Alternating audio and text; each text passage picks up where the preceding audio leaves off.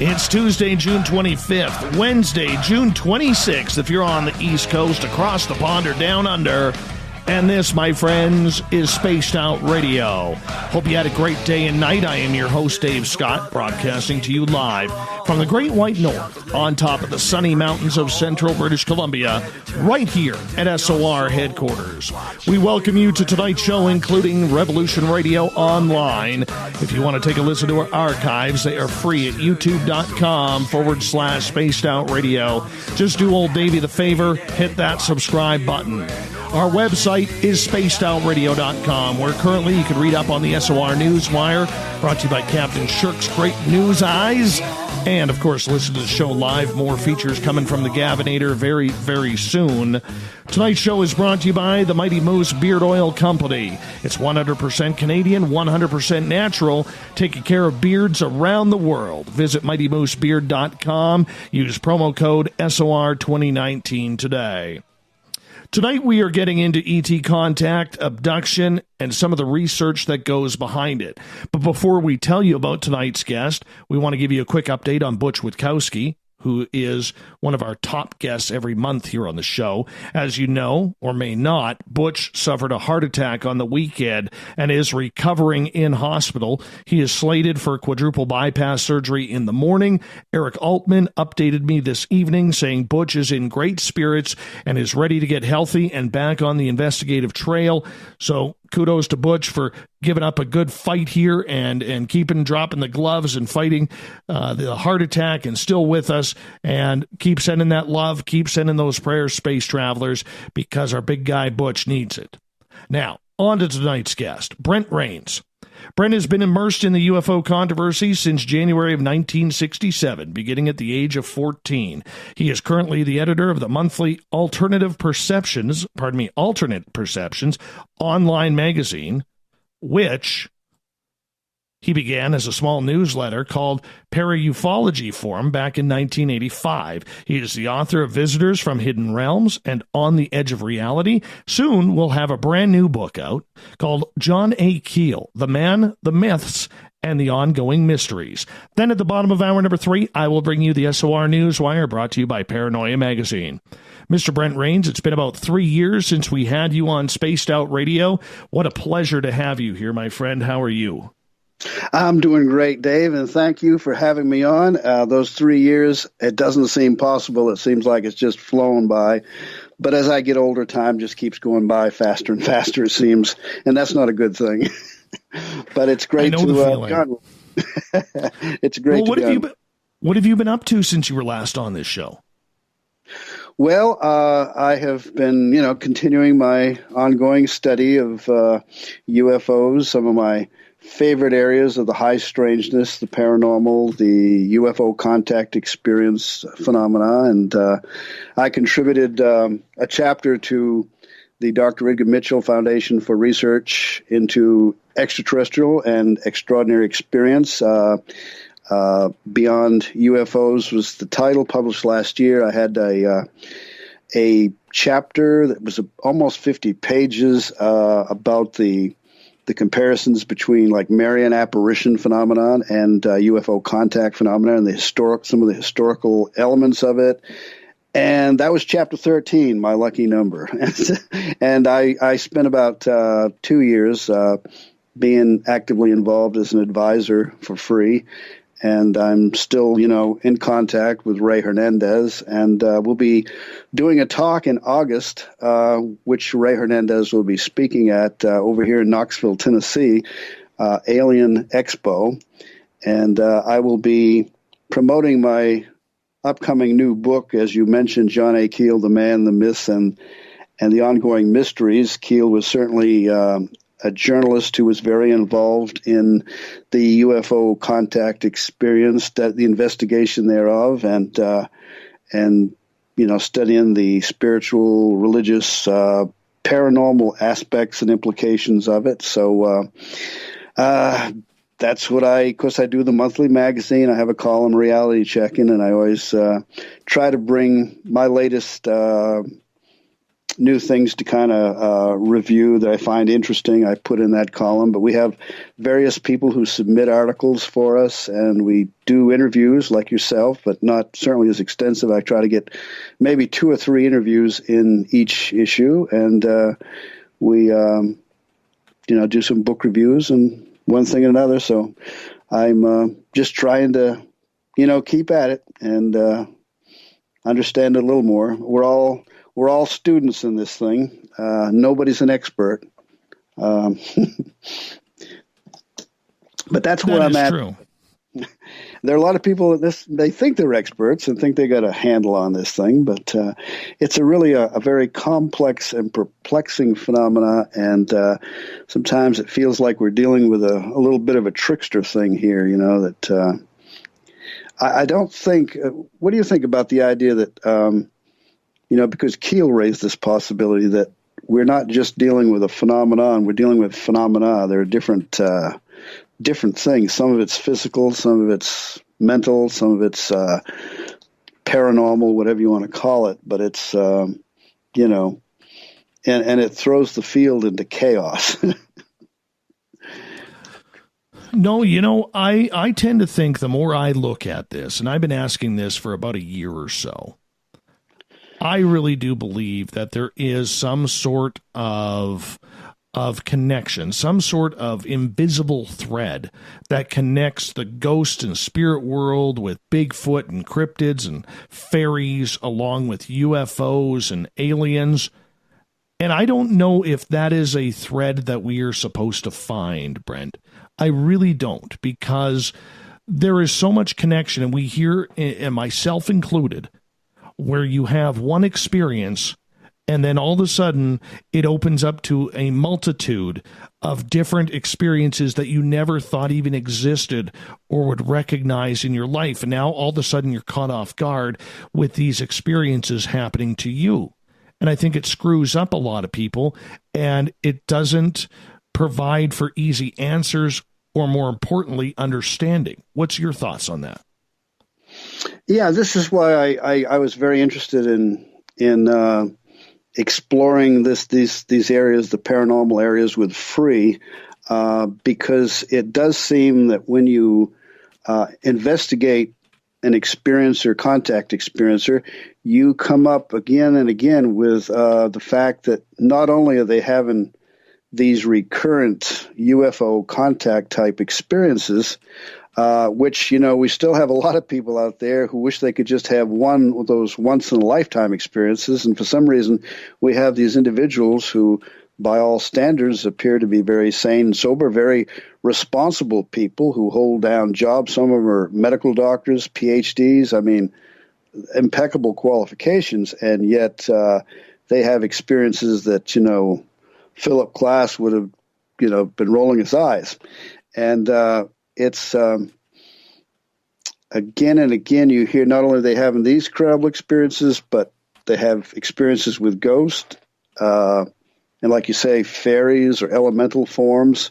And this is what Keel had found, when he started his investigations, going very active back in 1966 and 67, that he traveled through 20 states going around locating witnesses to close encounters, and he found there were about 200 silent contactees that never had told their stories of what was going on. And he found that the paranormal was happening and involved in a lot of these events, cryptids, because he investigated the Mothman at Point Pleasant's the most popular investigation that he ever did, which was turned into a movie with Richard Gere and Laura Linney. But he was one of the first to really open that can of worms and write a lot about it and try to bring the focus of the mainstream ufology, bring it to their attention, which was not a welcome thing, because they wanted to keep it strictly mainstream, the extraterrestrial nuts and bolts, and deal maybe more with the wrecked crashed saucer, pickled alien bodies, something that was really physical that they could sink their teeth into. But we keep blaming the government for secrecy, and we've just covered a lot of things up ourselves through the years. We did the same thing that the Air Force did. NICAP, the National Investigations Committee on Aerial Phenomena, which was started by retired Major Donald Keel, was only going to look at reports where there was a saucer, maybe, or some kind of craft that was seen by a credible person.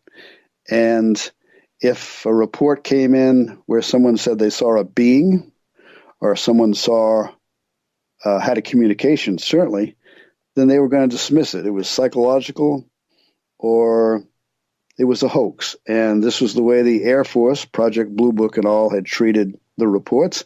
And NICAP, in that regard, followed suit, although they wanted people to seriously consider extraterrestrial theory as really what was most important, and dismiss all the other stuff. And right. It's still a problem now. The cryptozoologist generally does not want anything to do with UFOs, even though the cryptids show up at the same locations and in relation to some of the reports.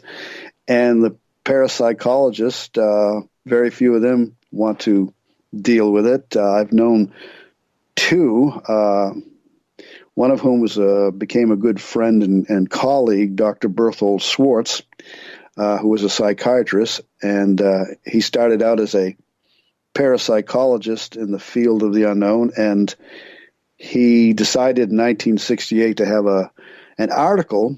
It was his swan song on the UFO. It was just some people he had interviewed had seen UFOs, and then he was going back to his parapsychology. But John Keel caught wind of his article, contacted him, and said, "Hey, we need you helping out in the UFO field." And so, right, that's what happened. And that, and then I contacted him in 1974, and we had, I was in contact with him right up until his passing in 2010. And it's, and D. Scott Rogo was the other one I was trying to think of. Right. Hey, Brent, I want to ask you, and we're going to get deep into the whole John Keel story with tonight and ET contact and abductions and everything. But today's ufology, there seems to be, I would consider you, and please don't take offense to this, one of the old school researchers out there. You've been doing this for 50 years, and I think you've done great work, and that's why we love having you around here, and I'm thankful to be able to call you a friend as well. When you look at the way the younger generations of ufology seem to be taking on the older school men and women who have done this for 20, 30, 40, 50 plus years trying to figure out what is going on in this field of research, there seems to be a real new tension around these groups. Have you paid much attention to it, number one? And number two, isn't there a happy medium that could be reached between, say, the old school people who, may have shunned the newer crowds and the younger crowds, putting a little bit more respect into the seniority of research? Well, that's what I'm hoping that, like having discussions like we're having tonight will help to facilitate that, that we have these areas where we need to try to adopt a more multidisciplinary approach. Look at you don't necessarily have to believe. It's either there or it's not. Just to, when you're, doing an investigation or an interview of a witness, the best approach is the unstructured interview approach to start with, to let the person initially set the tape recorder down in front of them and let them tell their story in their own words, and let them tell you what they feel is most important, rather than trying to dictate and structure with your questions to have an outcome that makes you the most comfortable. Let's think about being, more therapeutic for the witness, and allowing them to relate their experience or experiences in the way that makes them the most comfortable. And deal with our own, mental hang-ups and cognitive dissonance and all, and confirmation beliefs later on down the line. Just try to really objectively look at the experiencer and the UFO phenomenon. And it seems like organizations a lot of times dictate to their field investigators what they should be looking for and what their attitude should be. And I think differences are okay. I think we should allow, like science has, although they don't always follow it, the peer review approach for journals, and people write up different ideas, and then they're kind of reviewed by other students, other investigators, researchers with similar qualifications. What do you think of this? What do you think of that? I think variety is the spice of life here. I get that, but is there a modicum of respect? Because I know when I started this show, Brent, it took me a long time to gain the trust and the respect from that. I'm going to call them those A-listers or B-listers of ufology, or even in Bigfoot, or even paranormal. Paranormal's still very tough to crack into.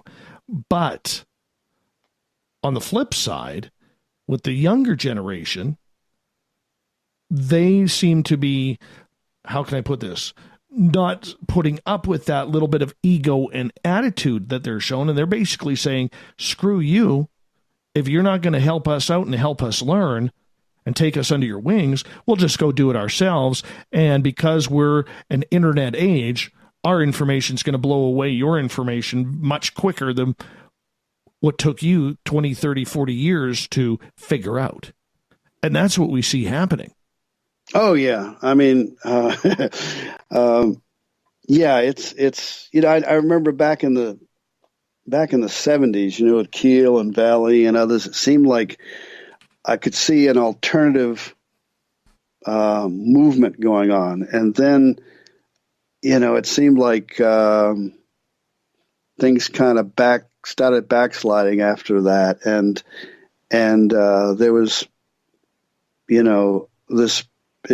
It's not just recently with the internet. I mean, it's been going on like back in the 80s with Bud Hopkins, in 87 when his Intruders came out, and of course, we had Whitley Strieber with Communion, and then they started the Communion Foundation and the Intruders, and there were thousands of people coming out of the woodwork. Mainstream ufology really was kind of caught off guard because they hadn't taken the alien abduction thing or the contact situation that seriously. And, we had, a few hundred cases, but suddenly there were thousands of people, and a lot of them seemed to need support groups to be in. It was decided, and quickly the whole emphasis became on connecting it with the nuts and bolts view. And so just recently with Free, we're also finding out that besides the abduction traumatic side of it, there are those who feel that it was very spiritual and describe Kundalini type experiences. Yes. And compare it to near-death experiences. So, we kind of crowd out these people and don't even recognize. I mean, ufology has evolved very slowly. And that's why we need to allow for diversity of opinion, but also when we're doing these investigations, to be open and also be more multidisciplinary. But yeah, there's a lot of ego and people saying my view's the right one, and they get into arguments. Keel said that we've been arguing from the very beginning. He recalled a time when he was in New York City in a small room where there were about 40 people in 1948 who were arguing about government censorship and the UFO phenomena. And, it was only a year old at the time. Now it's 72 years old as of yesterday, beginning with the Kenneth Arnold case. Right. Of course, we know that the UFO phenomena goes much further than that, but that's when we first got interested in the flying saucer era is said to have begun. But Brent, I want to ask you about Free, because you brought up Dr. Edgar Mitchell's Free Experiencers, now run by Renario Hernandez, who is one heck of a guy, really tight hair, Gotta love him because his hair is always looking tight and perfect. And we like good hair around here. And I don't want to get into the To the Stars debate tonight because, to be honest with you, I'm getting kind of sick of it, even though we got to continue covering it. But right before that group was announced, we know that Ray came out and said that the To the Stars Academy, or Tom DeLonge, had tried to purchase the statistics that the free experiencers brought forward, which was, I'm going to use on average here, about 84% of the people coming out saying that they have had some sort of positive or Kundalini type experience with their extraterrestrial contact. Yet after that, DeLonge goes publicly saying that all extraterrestrials are bad, all extraterrestrials are evil, they're the devil. We need to put nukes up in space to try and ward them off like they're going to be affected by our nuclear weapons. And I found that to be quite a joke. But what's your take on that free experiencer statistics are so much more different than the narrative that is being painted right now?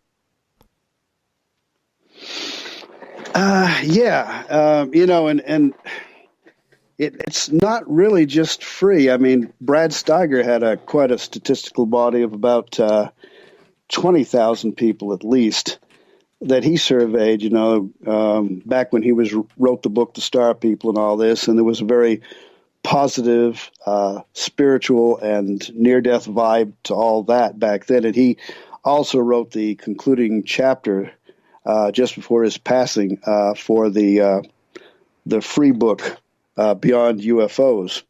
And so, I mean, it's been there, but it's been ignored, and there's been all this focus on the traumatic abduction phenomenon and dealing with that, and trying to fit it into the perspective that the mainstream could allow for. And certainly that was one of the difficulties that ufology had early on, like NICAP I mentioned, because of contactee phenomena. They it just didn't go with the perspective that they wanted to address. And NICAP wanted to have a big congressional hearing and force the Air Force into disclosing what information they had, because he felt that they knew. Right. And you know what? I'm going to get you to hold on right there, because we are going to go into break here, and I want to continue this conversation when we come back, so that way we will have more time, if you don't mind, Brent. Hey, go right ahead. All right. Let's do that. We're going to go to break here at the bottom of the hour. Brent Raynes is our guest tonight on Spaced Out Radio. We're talking UFOs, ETs, ET abductions, ET contact. What's it like to go on a ship? What's it like to study these cases? Authoring books and so much more. Brent Raynes on Spaced Out Radio. We got him for another 2 hours here on the show, so stay tuned.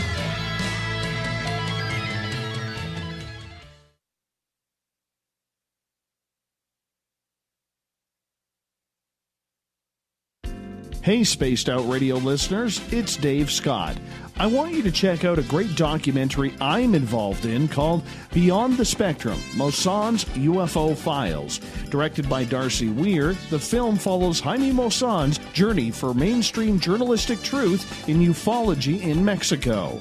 Beyond the Spectrum can be found on Amazon Prime. If you're a member, watch it free. It's worth the watch.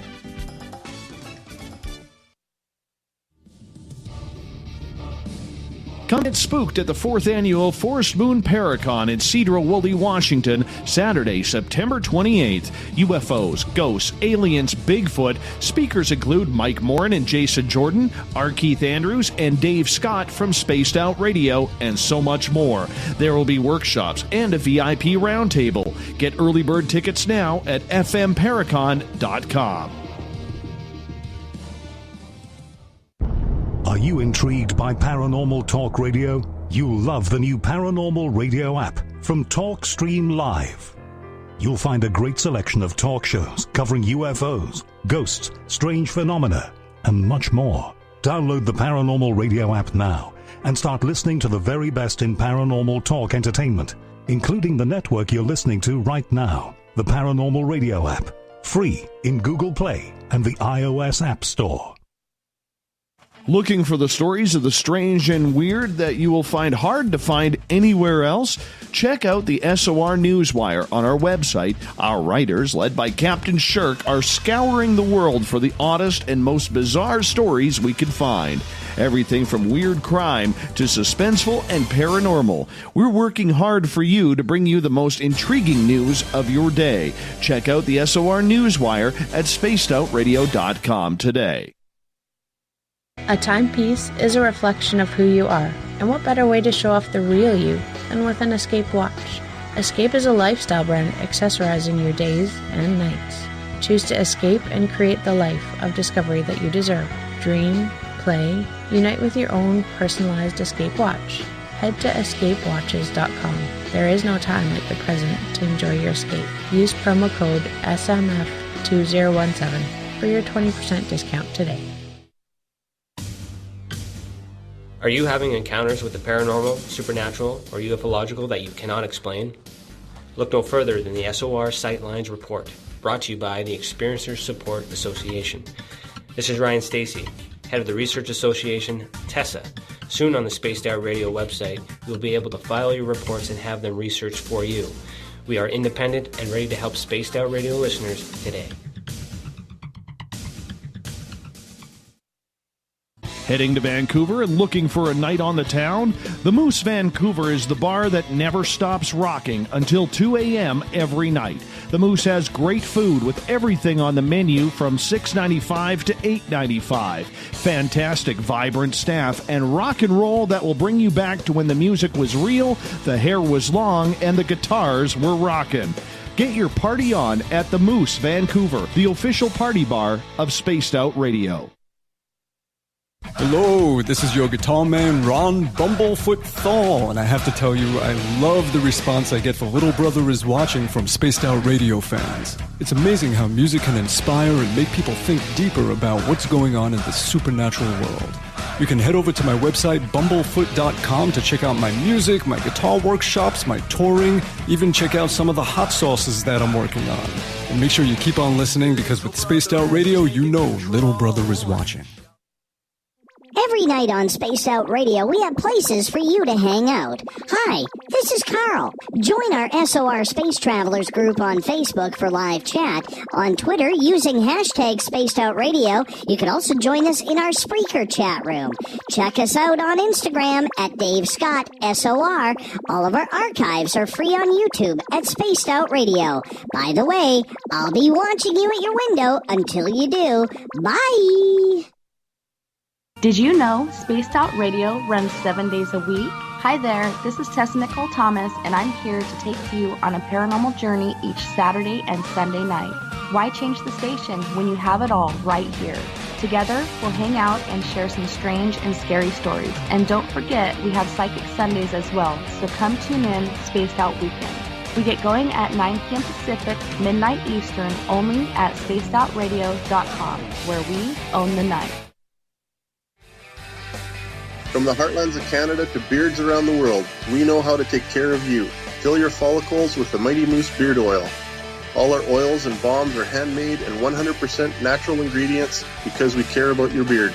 And hey, use the promo code SOR2019 and get your Mighty Moose Beard Oil today.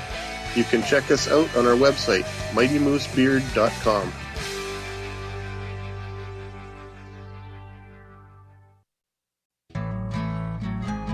Looking for a place to advertise at a very reasonable cost? Look no further than Spaced Out Radio. SpacedOutRadio.com has an advertising tab that you can click to check out our daily, weekly, and monthly packages to play on the radio, or our website including social media. From commercial spots to banners, we have it all. Check out our competitive pricing today.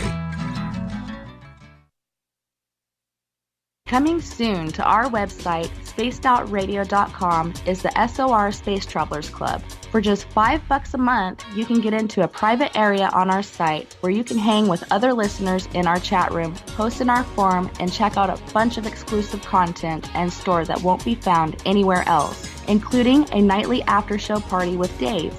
It's going to be the best $5 a month you're going to spend. The SOR Space Travelers, only at spacedoutradio.com. Coming up this September 21st and 22nd, all UFO eyes will be focused on Toronto for the 4th Annual Alien Cosmic Expo. Come listen to some of the biggest names and experiencers in ufology. Travis Walton, Paul Hellyer, Richard Dolan, Paula Harris, Grant Cameron, Randy Kramer, and Spaced Out Radio's own Dave Scott. Tickets are on sale now at aliencosmicexpo.com.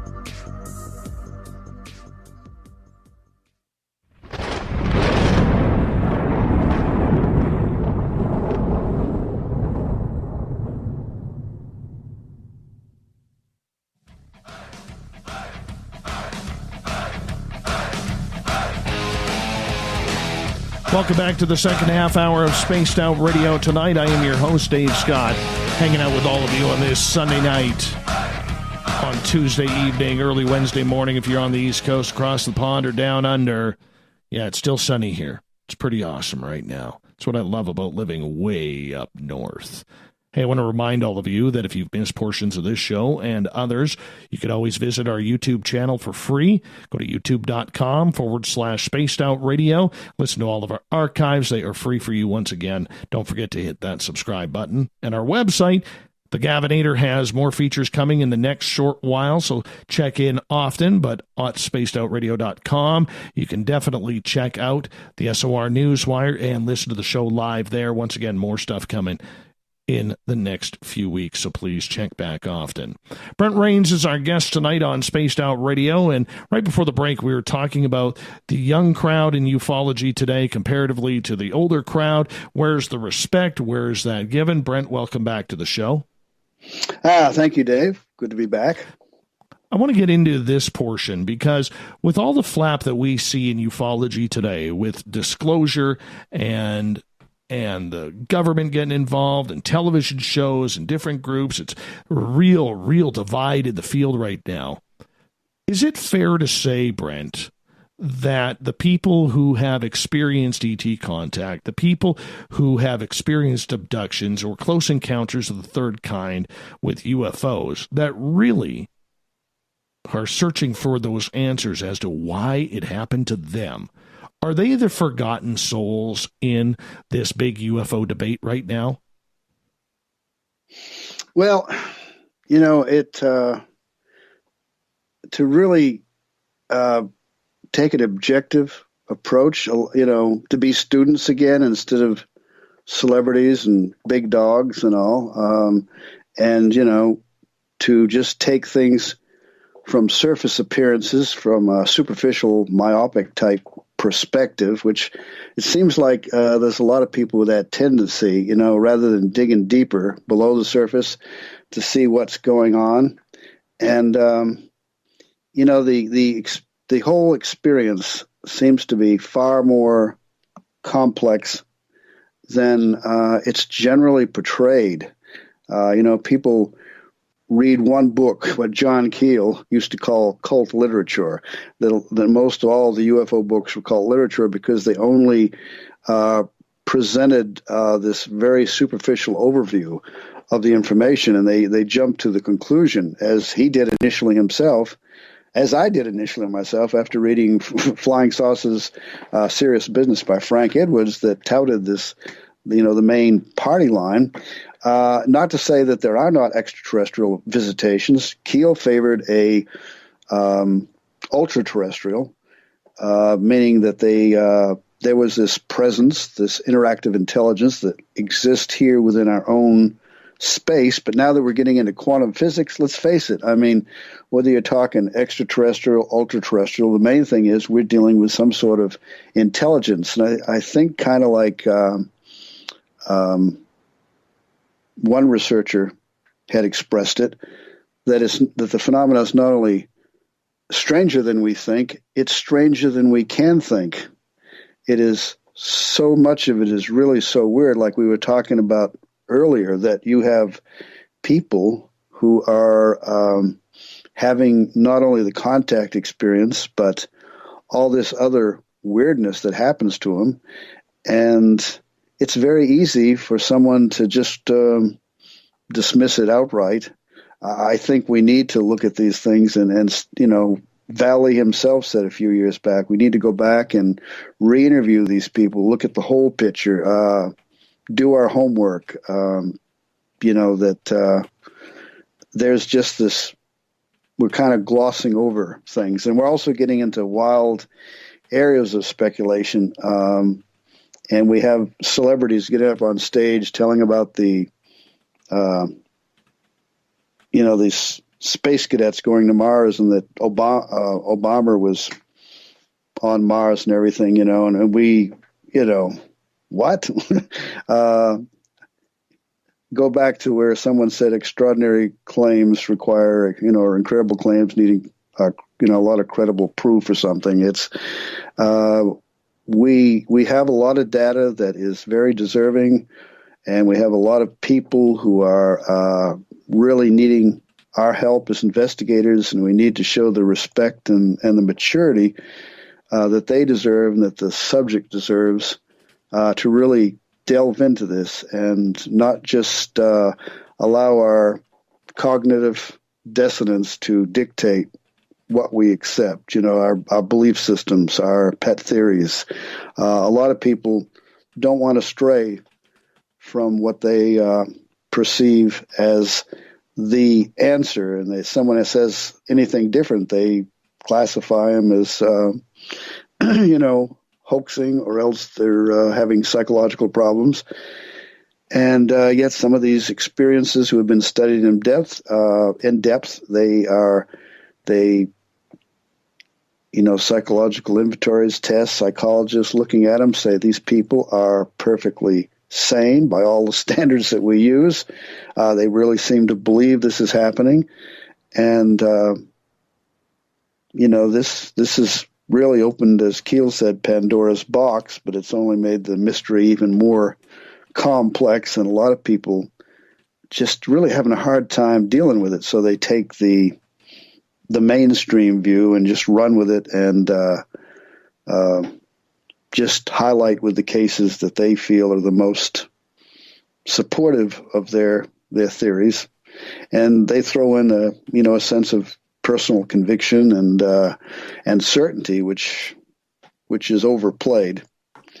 Does that put in perspective my view? Well, I think it does, and I think it goes a little bit deeper than that, and I could be wrong. But do you not feel that the way the experiencers to this point have been ignored, if not maybe even a little bit insulted, when we see all of these reports coming out where they're trying to separate extraterrestrials from UFOs, that we're not supposed to call them UFOs anymore, we're supposed to call them UAPs or something along those lines? I mean, to me, that's a tad bit insulting for somebody who has seen little gray men running around their bedrooms, paralyzing them and taking them through a ceiling into some sort of ship. Okay. Yeah, I don't think that just renaming them is going to, solve the overall problem here. But, I understand UAP phenomena because it could be some of these things are some kind of a projection. They're not necessarily a solid object. They could be like an apparition, or what Jung called psychoid. They're some kind of reality between matter and mind. He had an experience back in his day where he was one of a group of 5 people, and 4 of them were certain they're seeing this moon-shaped orb thing hovering over the abdomen of a psychic medium, which was something that Jung from time to time had pursued, especially in his younger years. And he couldn't see it, but the other 4 people could clearly see it. And we've had UFO cases like this. And I know Hynek and Valley were having a discussion years ago, back in the 70s, and Hynek made the statement that unlike apparitions, which they're all interesting, but he said that when someone sees a UFO, other people see it too. It's a physical reality. But actually, Hynek wasn't aware of the fact that there are cases. There was a MUFON state director just recently, Angela Shear up in Nashville, who was telling me about a case she investigated that made her realize these things were a little more complex, where she had 4 people who were seeing this craft out over a body of water, and it was close and it was very real and detailed to them, but the other 8 or so witnesses couldn't see it, and they're straining their eyes to look out at this, where the others are absolutely sure that they're seeing this. And then I got a report of a case in Arizona where a craft came down, and the investigator told me these beings got out, and everybody saw the beings differently, And so how much of it is, say, an interactive intelligence that can read us and maybe draw things from our own minds and present perhaps what our expectations are for an experience, and maybe this adds to the complexity of like the Greys have become pretty much an archetypal representation in many people's minds, and of course now they're part of pop culture when we think of alien beings, but they've for years come at us before Strieber and before Hopkins. They were also seen in a large variety of other forms too that we don't hear so much about anymore in these reports. So it's some of it seems to be kind of a reflective factor. It conforms to some of our psychological expectations. It's a real phenomena, but it also kind of wants to keep us in the dark and not fully reveal itself in a way where we can be sure of what we're always seeing, that we're seeing correctly. Because some people have seen these things by their bedside, and they take one form, they shapeshift. They may appear at one point as a friend, and then they change into this being, maybe with a cat-like face or a face of a gray or something, or and it's high strangeness. And really going back years to there was a member of the Royal Air Force, Air Marshal Sir Victor Goddard, that Keel had noted back early on in the late 60s when he was investigating, that he was involved in Britain's UFO investigations back in the 50s, and he actually said that he felt that a lot of these experiences were psychic, that people seeing UFOs, and even Keel even mentioned that some of our own Air Force people had asked witnesses at times if they thought maybe they might have had a psychic experience, and I would love to find out more about that, when and where that all happened. But it was just something that he wrote or mentioned at one time, and I don't know of anywhere where he went into any greater detail. But one of the Keel back in 1968 to 69 actually was a technical advisor for the Library of Congress in Washington, D.C., and he actually knew, and I found out dated, a Lynn Cateau, who was the one who back at that time around that time in the 60s, had written a 400-page bibliographic book on UFO literature, quite extensive, and noting that a lot of it had to do with these psychic elements. And as Tim Beckley told me in an interview, he said, this actually is an instance where the government, with our taxpayer dollars, showed us that, was saying that a lot of the UFO literature involves things like mediumship and out-of-body experiences and a lot of this, psychic stuff. And I thought it was interesting that Keel and Cateau actually met one another and shared many similar views on the literature. You know, Keel had read a lot of the UFO literature himself and all of this, and I'd sure love it if she was still around and could be interviewed. I tried to interview as many people as I could who had known Keel and had an influence in his life, and he was certainly one of the early pioneers of this whole approach. I had corresponded with him from October 1969, and from 69 till about 1971, we shared quite an extensive correspondence. Then I went into the Navy for a couple of years active duty and kind of lost touch with him, but years later got back, kind of back and forth exchange and talked with him on the phone. And for a while, we were even emailing one another until he got frustrated with the internet and stopped and, you know, dealing with that. He told me once on the phone that, you know, things were getting so complex, technology and everything, that he thought maybe we should go back to getting 2 tin cans and a string between them. But anyway, that's the way to go. Maybe that's the way to go. So we got about 6.5 minutes before we got to go to break at the top of the hour. And I want to ask you about John Keel, because there is a lot of people out there, and you've already mentioned him numerous times tonight. Some may say a plethora of times, which is fantastic. But for a lot of people out there who are not familiar with John Keel, what was his role in ufology, and why was he such a major player early on in this game? Well, he actually grew up.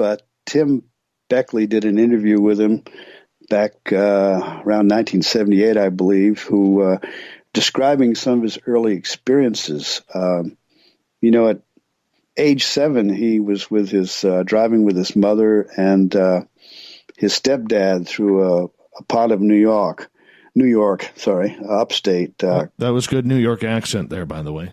Yeah. Well, I lived in Maine for years and, used to go through New York. But they had seen this huge, bright sphere. And when he was 10, there was neighbors that saw this big, tall, hairy gorilla that was seen by several people running across the road. And as a child, at the farmhouse where he lived, it was poltergeist activity. There'd be rapping sounds on his wall, and he'd rap back and try to create a code to communicate with whatever this was. And at age 18, he had an illumination experience. He was in a room off of Times Square, and his room filled with this indescribable light. And his mind, he said, was flooded with a torrent of information. He had the answers to everything, but in the morning he woke up and he was back to being blank again. So I think that all set him up, and he had this, he was a regular reading machine. He loved to read as a child, magic, sleight of hand, being a magician. He loved humor, which he incorporated in a lot of his writing, and science, travel, aviation. And at age 17, he thumbed his way to New York City to make his mark on the world. He had been, since age 14, writing for a local paper. He had a weekly column called Scraping the Keel. He made $2 a week for the Perry Herald. And I guess back then that was pretty good money. And he wanted to go further with that career.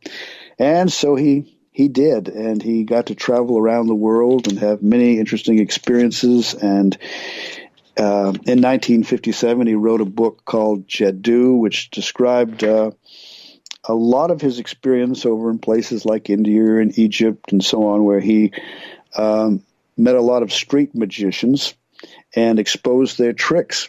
But he was also impressed by some of the things he couldn't explain. How some of these holy men over there could read minds. And he actually experienced that with one of the top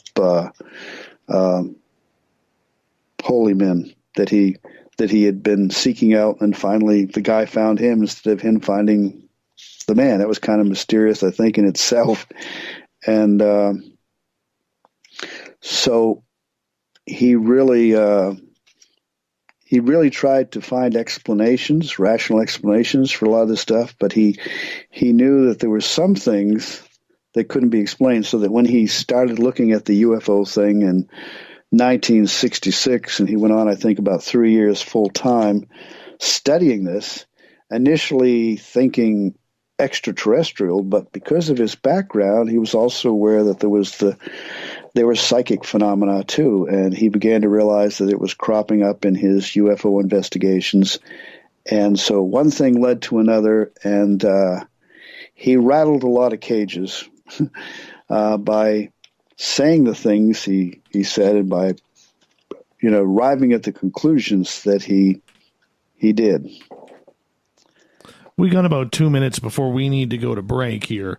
The education of the man, did that go a lot further to help him gain the reputation of a credible researcher, or do you think it was just the fact that he was one of the first on scene to take this subject very seriously from a research level that added to his popularity? Well, when he hitchhiked to New York City, he didn't graduate high school, but he did receive later 2 honorary PhDs in herpetology and archaeology. He was even once a science editor for Funk and Wagner Encyclopedia, and he had a lot of jobs in Washington, D.C., where he was special consultant for the Office of Special Research and Bureau of Radiology and Department of Health, Education, and Welfare. And he was also a foreign radio correspondent in Paris, Berlin, Rome, Egypt. He was largely self-educated. I mean, like I said, he was a reading machine, and he studied constantly, and he wanted to be a writer. That was his burning desire, and to go to places in other countries and find out about other cultures. And when he was drafted in the Army in 1951, he went to work over in Frankfurt, Germany for the American Forces Network, and he found his niche, broadcast. He did a remote broadcast from the Great Pyramid, stayed in the pyramid, had a lot of adventures. And then he was also popular, appeared with Johnny Carson and Jack Parr and David Letterman. He was a head writer for Merv Griffin and Gene Rayburn. For a guy who didn't make it all the way through high school, he did quite well for himself. And on that note, we're going to go to break here at the top of the hour. Author Brent Raynes is with us. We're going to talk more John Keel. We're going to get into ETs, UFOs, abductions, contact, and whatever else we can fit in. What a great show so far. 1 hour down, 2 hours to go on the mighty Spaced Out Radio.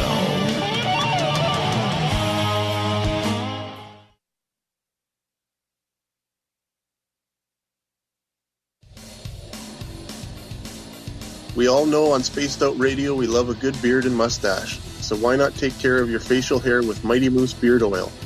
Made in Canada, we're taking care of beards and stashes around the world. We use 100% natural ingredients with our oils and balms to make your whiskers feel silky smooth. Use promo code SOR2019 at MightyMooseBeard.com today.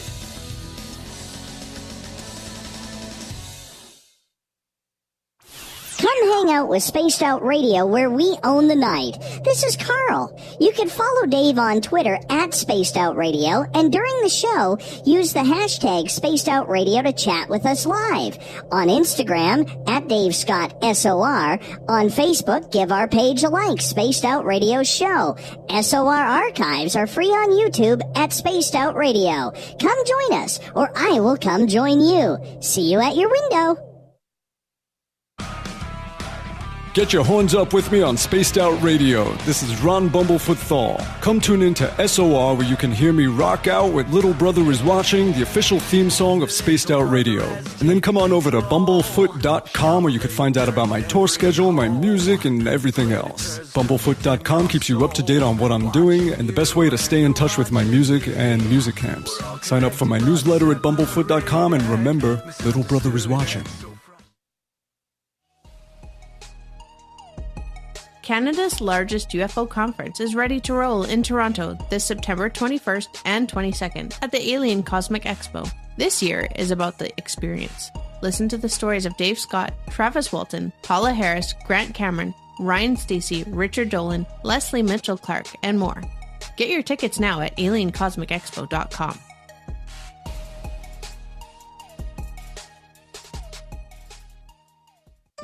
Find your escape where time has no limits. It's about living today and cherishing the heritage of yesterday. A spirit of adventure for what is new, with the nostalgia of the past. Your timepiece is a reflection of who you are.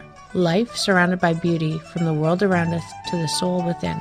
EscapeWatches.com. There is no time like the present to enjoy your escape. Use promo code SMF2017 for your 20% discount today. Hey fans, it's Dave Scott. Do I have something for you to check out?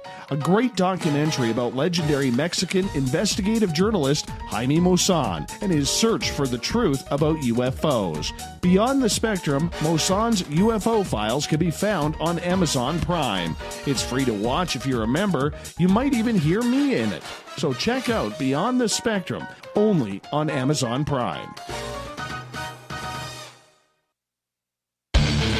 The Call of the Wild is in Vancouver. The Moose Vancouver is one of the hottest bars and restaurants in the city. Open until 2 a.m. nightly, the Moose will rock you like a hurricane all night long. Great food with everything on the menu at $6.95 near the corner of Nelson and Granville. Get your horns up and come rock with us. The Moose Vancouver, the official rocking bar of Spaced Out Radio. Visit purpleplates.com today. For over 40 years, the Purple Energy Plates have been delivering amazing results for their many customers. Inspired by the great genius Nikola Tesla, the harmony, healing, and energetic effects of the plates have proven over and over to be beneficial and often miraculous to thousands of customers. Check their site for daily specials and choose from their many energy products. You won't be sorry. Visit them today at purpleplates.com. Are you having encounters with the paranormal, supernatural, or ufological that you cannot explain? Look no further than the SOR Sightlines Report, brought to you by the Experiencers Support Association. This is Ryan Stacey, head of the Research Association, TESA. Soon on the Spaced Out Radio website, you'll be able to file your reports and have them researched for you. We are independent and ready to help Spaced Out Radio listeners today.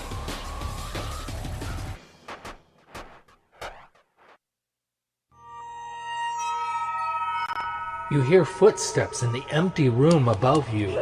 A rocking chair begins rocking by itself. Don't be afraid of the things that go bump in the night. Reach for Spirit Storybox, the iPhone app the Huffington Post UK called the only ghost hunting app you will ever need. Spirit Storybox. The spirits are telling their stories. Are you listening? At spacedoutradio.com, we have a little bit of everything for you to stay up late.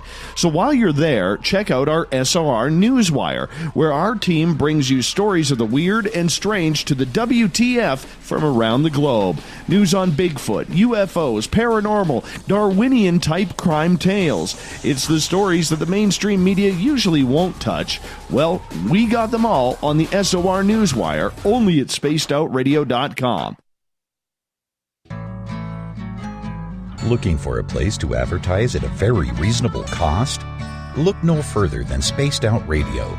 SpacedOutRadio.com has an advertising tab that you can click to check out our daily, weekly, and monthly packages to play on the radio, or our website including social media. From commercial spots to banners, we have it all. Check out our competitive pricing today.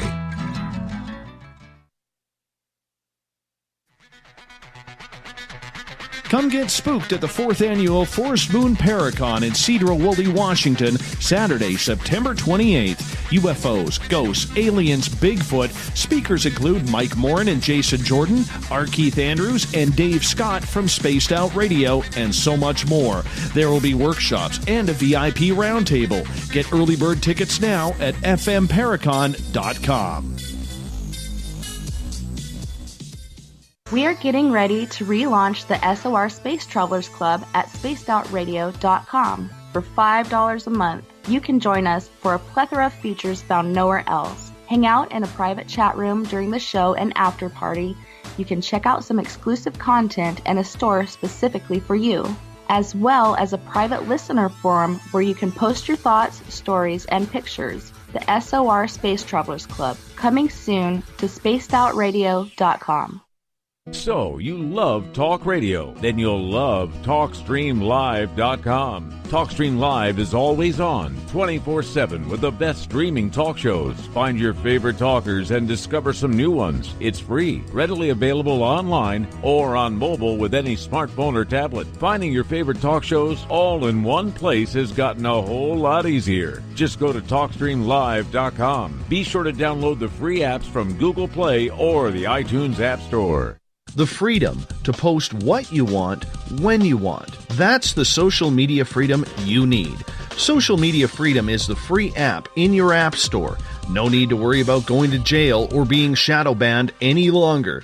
It's the freedom to say what you feel. The freedom to know Big Brother isn't watching. It's the way social media is supposed to be. Social Media Freedom. It's time to set yourself free. Download from your app store today. You're listening to Spaced Out Radio with Dave Scott. Follow Dave on Twitter at Spaced Out Radio and on Facebook, Spaced Out Radio Show. Welcome back to hour number 2 of Spaced Out Radio tonight. I am your host, Dave Scott. Thank you so much for being with us. Tomorrow night of the show, Joshua Hurd joins us. We're going to talk about some of the paranormal stories he's covered, along with documentaries he's filmed. 9:06 Pacific, 12:06 a.m. Eastern at spacedoutradio.com. Hi to everyone listening in on our terrestrial affiliates, KDNF AM 1560 in Dangerfield, Texas, KDUN AM 1030 in Reedsport, Oregon, in Ridgecrest, California, KZFX 93.7 FM.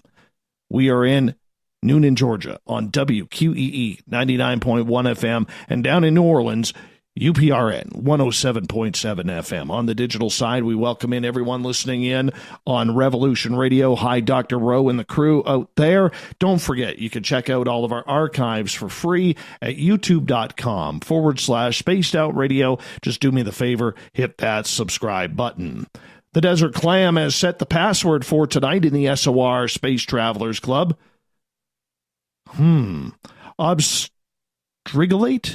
Obstrigolate is your password. Make sure you use it wisely, Space Travelers, as the Clam sets a password each and every night right here on Spaced Out Radio. Our website is spacedoutradio.com, where we have a plethora of features for you. Soon coming, the Gavinator will have a bunch of new features in the next few weeks, so keep on checking back. But for now, you can read up on Captain Shirk's SOR Newswire, listen to the show live, and just enjoy the new look. Author Brent Raynes is with us tonight on Spaced Out Radio. We've been talking UFOs, ET contact, ET abductions we're going to get into as well. We are also talking about his research into the late John Keel. Brent, welcome back to Spaced Out Radio. Thank you, Dave. Appreciate it. And I'd like to add, that on the Keel and his interest in magic, sure. Actually had a very practical application that was described to me by Sandra Martin, who happened to be probably his last literary agent, who got his one of his last books, The Complete Guide to Mysterious Beings, published by Doubleday, I think back in 94 or so. And anyway, she thoroughly thought a great deal of Keel and his works. She loved his writings, but she said he was also he could also be a big skeptic, even though he dealt in such wild, high strangeness areas, and he tried to keep it real. And one example of that she gave me, and I thought was quite interesting, was that there was a time when a parapsychologist, Alex Emick, had invited a psychic from some foreign country to give a demonstration of his abilities. And this gathering was held in the basement of the famous Ingo Swann, known, for the studies of remote viewing. And so she and John Keel were both invited and given a place right up in front of where reserved seats where they could see everything up close. And there were news people there. And as soon as it began, this guy who was promoted as a psychic began to cause this object between his hands to kind of levitate off a table. And Keel tapped Sandra's shoulder and said, "We need to get out of here now." And he got up and she followed him out on the sidewalk. And she says, "Okay, John, what's going on?" And he told her that I can take you to a magic shop just a few blocks away, and I can teach you in a few minutes' time how to do that very same trick. It's not real psychokinesis, it's fraud. And then later, John Keel's friend recently, Doug Skinner, told me that he recalled a time when that parapsychologist, Alex Emick, was being told by Keel that you need to be careful. You need to learn a little more about sleight of hand and how some of these things are tricks. They're not psychic, and said that Dr. Emick wasn't too happy to hear all that. And Doug Skinner said that Keel was very much wanting all researchers of anything paranormal to be a little more aware of magic tricks, the potential for, things like this to happen. And he was quite well regarded in the, magician community. He was, she said that on Thursdays, a lot of times he would come by her office there in New York City, and they would go out to lunch at a place called the Edison Hotel. And there it was in a back room, there was these group of old magicians that would always gather there on Thursdays and at noon and talk magic. And Keel liked to join him and always introduce Sandra as his literary agent. And even I was reading this Ben Robinson, New York Times, called him a master magician. And on his website, illusiongenius.com, he has an article about Keel that was written shortly after his the movie The Mothman Prophecies came out, and speaks very, very highly of Keel. So I just wanted to add that little bit, because Keel has taken a lot of criticisms from the mainstream because of his what they call wild, eccentric ideas, but he really was very serious about these high strangeness situations. He was one of the first to take seriously the contact experiencer cases and the missing time. He was trying to communicate to NICAP and others, the fact that there was this missing time. And he tried to talk to Bud Hopkins about being more careful with hypnosis, that the unconscious could be quite a trickster itself. And not everything was as it seemed on the surface. So just to point those areas out, none of us are perfect, but I think a lot of the raps that he got were sometimes a little over the top. Mm-hmm. Do you think his work is still relative and important to ufology and the entire consciousness of the paranormal field today? Yeah, I think that, I think there's more and more emphasis on consciousness and physics. And I think that he was one to recognize a lot of the anomalous elements that existed there. And he had a keen eye. He was very, very discerning about it. Now, he wasn't always right, but he was, his efforts to examine those issues and to go against the mainstream, I think were were exceptional qualities on his part and instructive for us today. And my book isn't just a biographical book. It describes his influence on myself and others. And as I said, has interviews with a number of people who, even all the way from Sweden, who worked with Keel. Keel visited Sweden, and there was an investigator from Sweden who actually spent several weeks in Point Pleasant. I also described this in my book, actual quotes from an interview that was done with him. And there's, he really adds a lot of significant points, this researcher, Aki Frazen, to what Keel had also described, the very strange paranormal and psychological effects from these experiences with Mothman and such. And then I actually got to track down Dan Drazen, who's mentioned several times in the Mothman prophecies, and I had long been hoping for several years that I would, be able to interview him or catch up with him, and I finally did. He lives out in California and is a documentary producer, and I discovered him through Nancy Talbert, the crop circle lady, because he had been over to Holland to interview one of her star crop circle people, who also seems to be a psychic medium, and he did a investigation of his ability to capture strange images on film under controlled conditions, and he was actually produced a documentary that you can now see the YouTube of, which is like a 95-minute documentary, Calling Earth, it's called. If you Google that, Calling Earth, Afterlife Contact with Electronics. And, of course, I was informing him and shared with him some of my my EVPs I have with John Keel when we asked for him. And and there are a number of people who have witnessed that, and I've also made some of my own EVP audios available on the February and March 2017 editions of Alternate Perceptions in my reality checking column. And of course, when you had me last time on your show, I played some of those and discussed them with you at that time.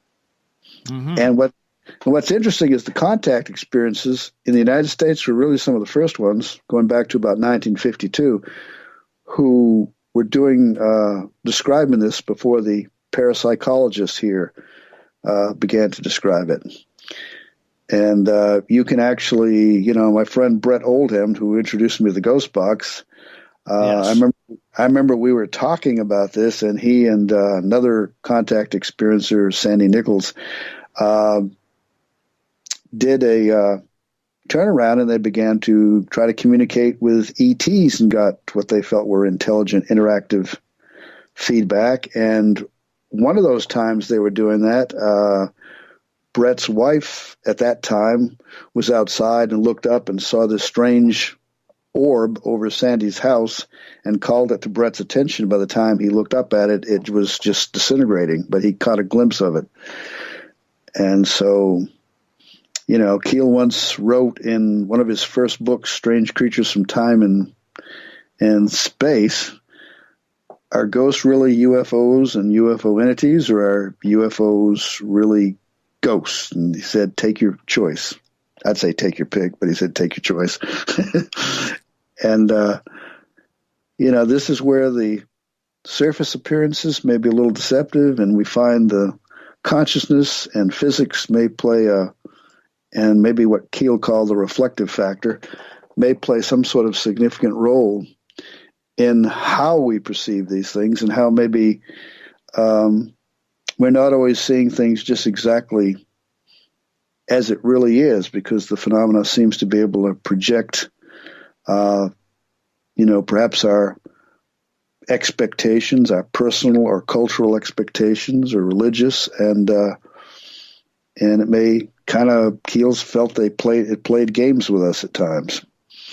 And it knew that some of us could see it, and so that kind of create a cover story.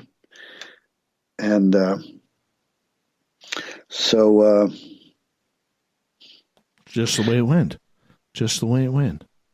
He was a brilliant man with it. I want to shift gears here, Brent, because you being a part of the free experiencers, and working with Ray Hernandez, being good friends with him and this entire group, and there's some phenomenal people involved with the free experiencers. And in regards to ET contact, there's so much debate as to whether or not there is true positive experiences, if I could put it that way, with people who are having some sort of extraterrestrial phenomena happening. There are many out there who don't believe that's happening. There are many people out there who believe that anything that's positive with this contact is an illusion that's been put into the human brain after the abduction or the contact has happened.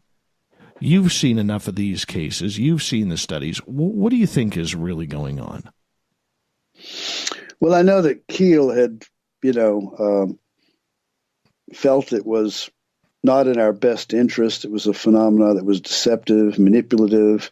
And I asked him in an interview once, a phone conversation. He never really wanted to be interviewed, but I took a lot of notes. And he pointed out, that he really felt, that there was nothing really positive from it, that it was just that everything, even the angel events, the, Marian apparitions, that they, in the end, it turned sour. But I think that was, perhaps his bias on his part. He had experiences that was very difficult for him to process. I'm not saying he was wrong. I really don't know. I try to take into consideration the reflective factor, our intentionality, and I think it is very significant. There are so many people with these different orientations of experience, the negative, the positive, but there are so many that have had the positive. And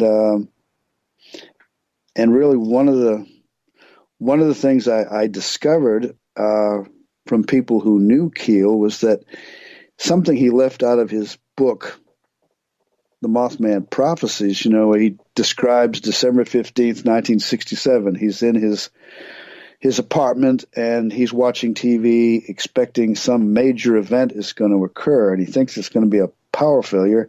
And then he is a news broadcast telling about the collapse of the Silver Bridge, and he had all these people in Point Pleasant who were describing these dreams connected with some disastrous event on the Ohio River, including Christmas packages floating on the river, which Mary Har, the news lady, that newspaper reporter that he had befriended, had described. She had dreams of.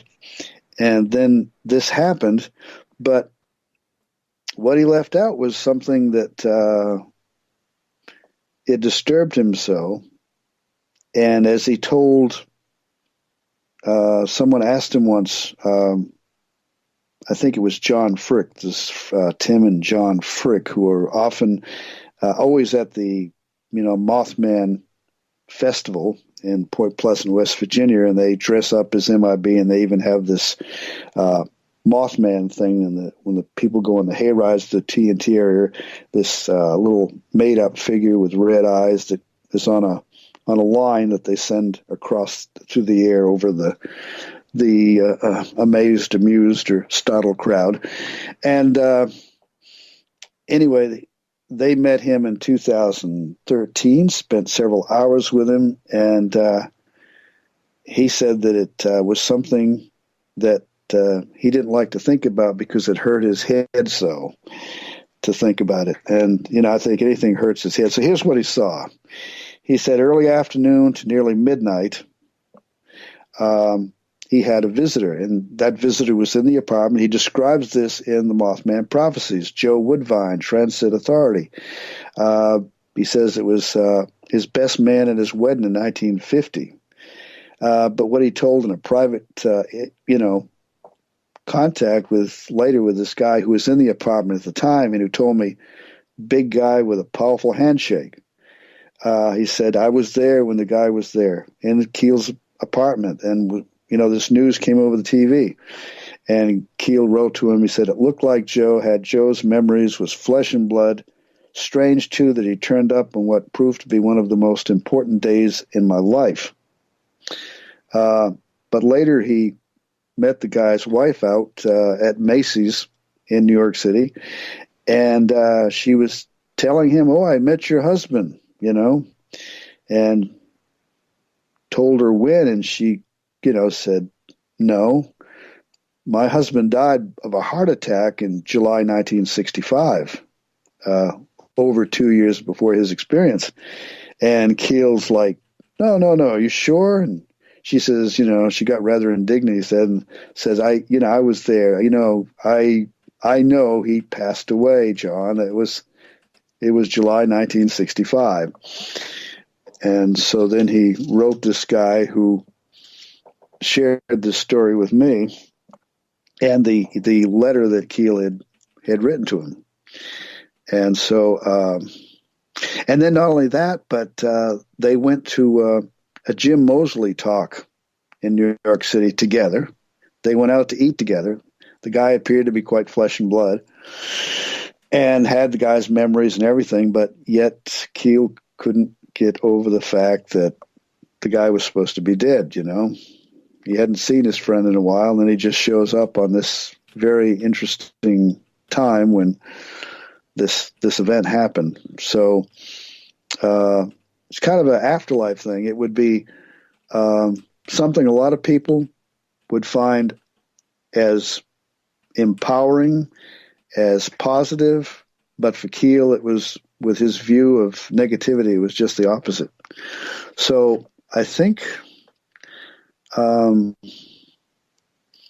it's, you got to look at intentionality, what the person's belief systems are, their perspective is how they maybe look at the experience on one hand, how the experience may invoke certain emotions and beliefs. And my friend Greg Little, who's a psychologist over in Memphis, Tennessee, who's studied a lot about Native American traditions and belief systems, was telling me that, the trickster in Native American folklore often appears to the vision quester, trying to test them, to deceive them, and to see if they can, if their goals are really pure and their intentions are good ones, and if they can see through the initial webs of deception, in which if they can, then they can have more productive interactions down the road. Are we dealing with trickster phenomena with the UFO events and all the other potentially interconnected weirdness that gets reported? I'm kind of working with that line of thought myself. Right. My friend, I'm going to get you to hold on here. We're going to take a break at the bottom of the hour. Author Brent Raynes is joining us. More John Keel, more ET contact, more abduction, more everything. Because we got him for another hour here on Spaced Out Radio. So stay tuned.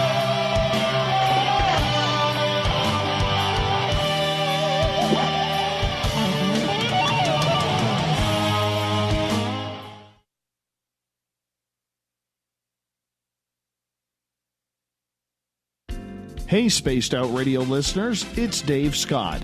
I want you to check out a great documentary I'm involved in called Beyond the Spectrum, Mosson's UFO Files. Directed by Darcy Weir, the film follows Jaime Mosson's journey for mainstream journalistic truth in ufology in Mexico. Beyond the Spectrum can be found on Amazon Prime. If you're a member, watch it free. It's worth the watch. Coming up this September 21st and 22nd, all UFO eyes will be focused on Toronto for the 4th Annual Alien Cosmic Expo. Come listen to some of the biggest names and experiencers in ufology. Travis Walton, Paul Hellyer, Richard Dolan, Paula Harris, Grant Cameron, Randy Kramer, and Spaced Out Radio's own Dave Scott. Tickets are on sale now at aliencosmicexpo.com. Did you know Spaced Out Radio runs 7 days a week? Hi there, this is Tessa Nicole Thomas, and I'm here to take you on a paranormal journey each Saturday and Sunday night. Why change the station when you have it all right here? Together, we'll hang out and share some strange and scary stories. And don't forget, we have Psychic Sundays as well, so come tune in Spaced Out Weekends. We get going at 9 p.m. Pacific, midnight Eastern, only at spacedoutradio.com, where we own the night.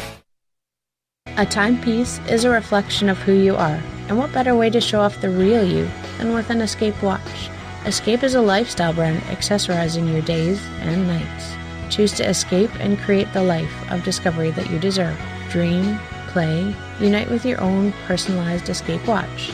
Head to escapewatches.com. There is no time like the present to enjoy your escape. Use promo code SMF2017 for your 20% discount today.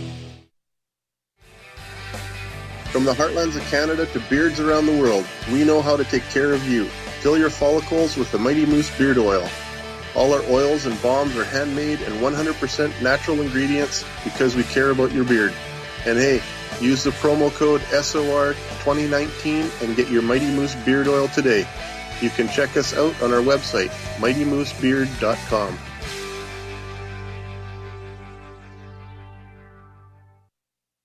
Heading to Vancouver and looking for a night on the town? The Moose Vancouver is the bar that never stops rocking until 2 a.m. every night. The Moose has great food with everything on the menu from $6.95 to $8.95. Fantastic, vibrant staff and rock and roll that will bring you back to when the music was real, the hair was long, and the guitars were rocking. Get your party on at the Moose Vancouver, the official party bar of Spaced Out Radio. Are you intrigued by Paranormal Talk Radio? You'll love the new Paranormal Radio app from TalkStream Live. You'll find a great selection of talk shows covering UFOs, ghosts, strange phenomena, and much more. Download the Paranormal Radio app now and start listening to the very best in paranormal talk entertainment, including the network you're listening to right now, the Paranormal Radio app, free in Google Play and the iOS App Store. Every night on Spaced Out Radio, we have places for you to hang out. Hi, this is Carl. Join our SOR Space Travelers group on Facebook for live chat. On Twitter, using hashtag Spaced Out Radio. You can also join us in our Spreaker chat room. Check us out on Instagram at Dave Scott SOR. All of our archives are free on YouTube at Spaced Out Radio. By the way, I'll be watching you at your window until you do. Bye! Hello, this is your guitar man, Ron Bumblefoot Thal, and I have to tell you, I love the response I get for Little Brother is Watching from Spaced Out Radio fans. It's amazing how music can inspire and make people think deeper about what's going on in the supernatural world. You can head over to my website, bumblefoot.com, to check out my music, my guitar workshops, my touring, even check out some of the hot sauces that I'm working on. And make sure you keep on listening, because with Spaced Out Radio, you know Little Brother is watching. Looking for the stories of the strange and weird that you will find hard to find anywhere else? Check out the SOR Newswire on our website. Our writers, led by Captain Shirk, are scouring the world for the oddest and most bizarre stories we can find. Everything from weird crime to suspenseful and paranormal. We're working hard for you to bring you the most intriguing news of your day. Check out the SOR Newswire at spacedoutradio.com today. Are you having encounters with the paranormal, supernatural, or ufological that you cannot explain? Look no further than the SOR Sightlines Report, brought to you by the Experiencers Support Association. This is Ryan Stacy, head of the Research Association, TESSA. Soon on the Spaced Out Radio website, you'll be able to file your reports and have them researched for you. We are independent and ready to help Spaced Out Radio listeners today.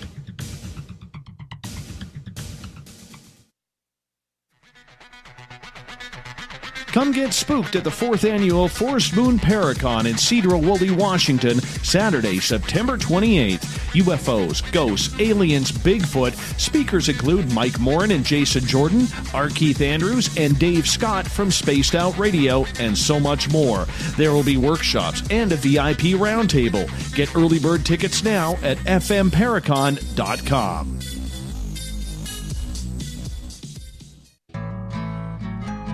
Looking for a place to advertise at a very reasonable cost? Look no further than Spaced Out Radio.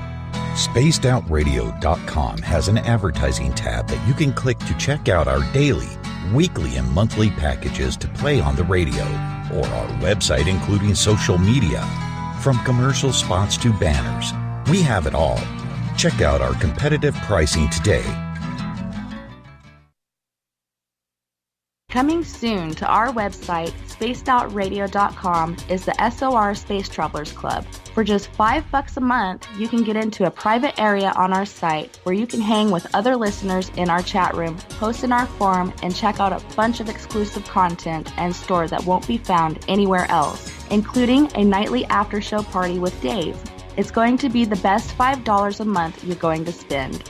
The SOR Space Travelers, only at spacedoutradio.com.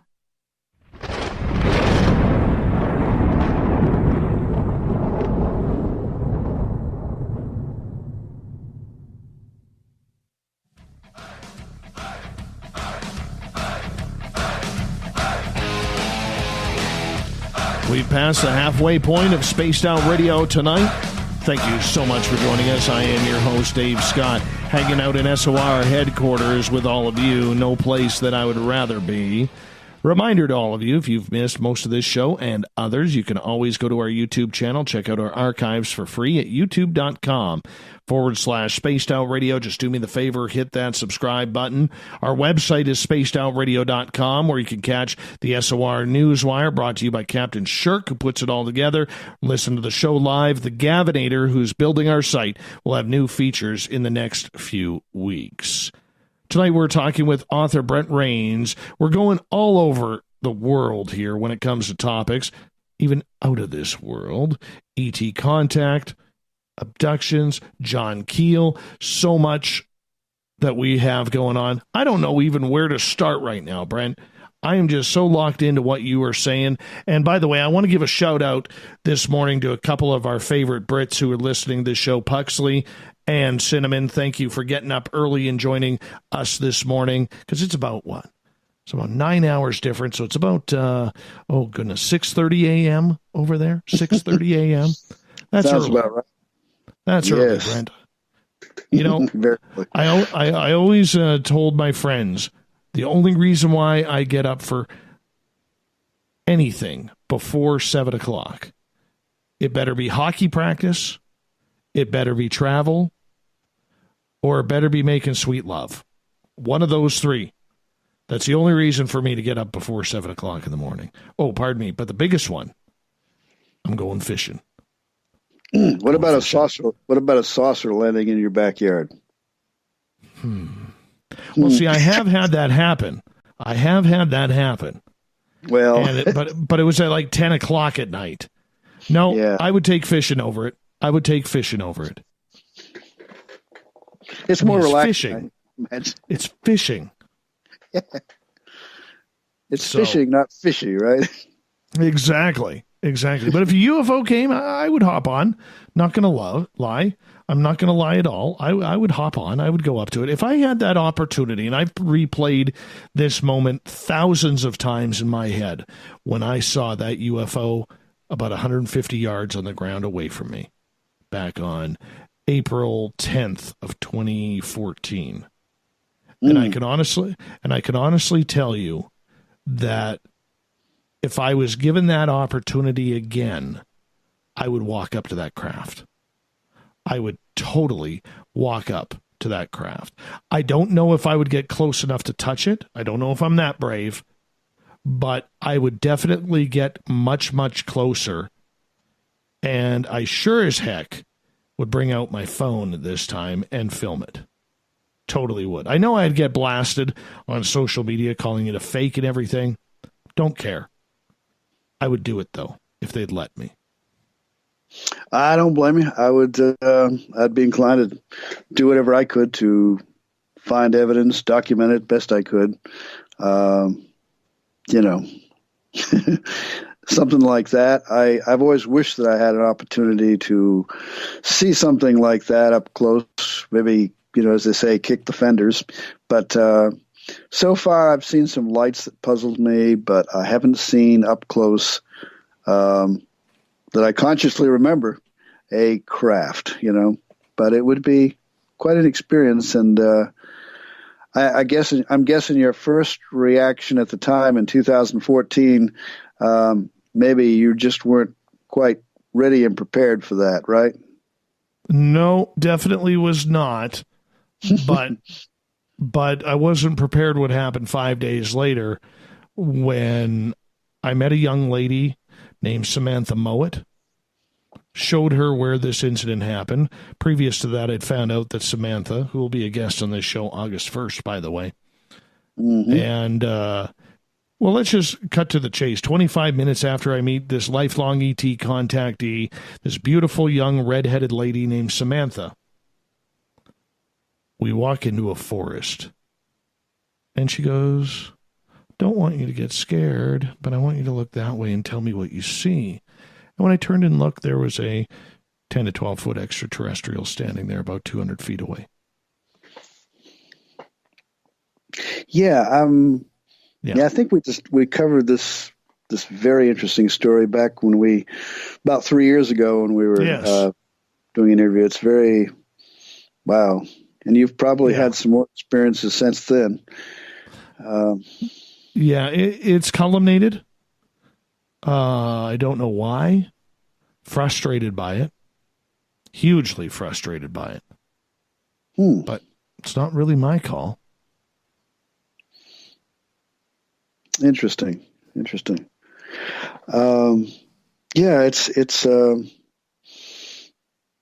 I know you told me that you had quite a few experiences back then, and I think 5 instances of actually seeing a being, and it makes you wonder why certain people. Now, I thought it was interesting that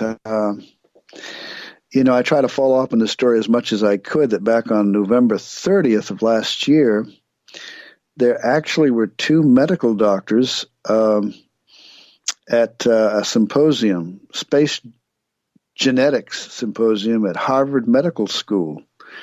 And they were discussing how a number of people who see orbs, get messages, see beings, have this increased neuronal density level of their claudate putamen in their brain, and they think it may be like an antenna, because they have found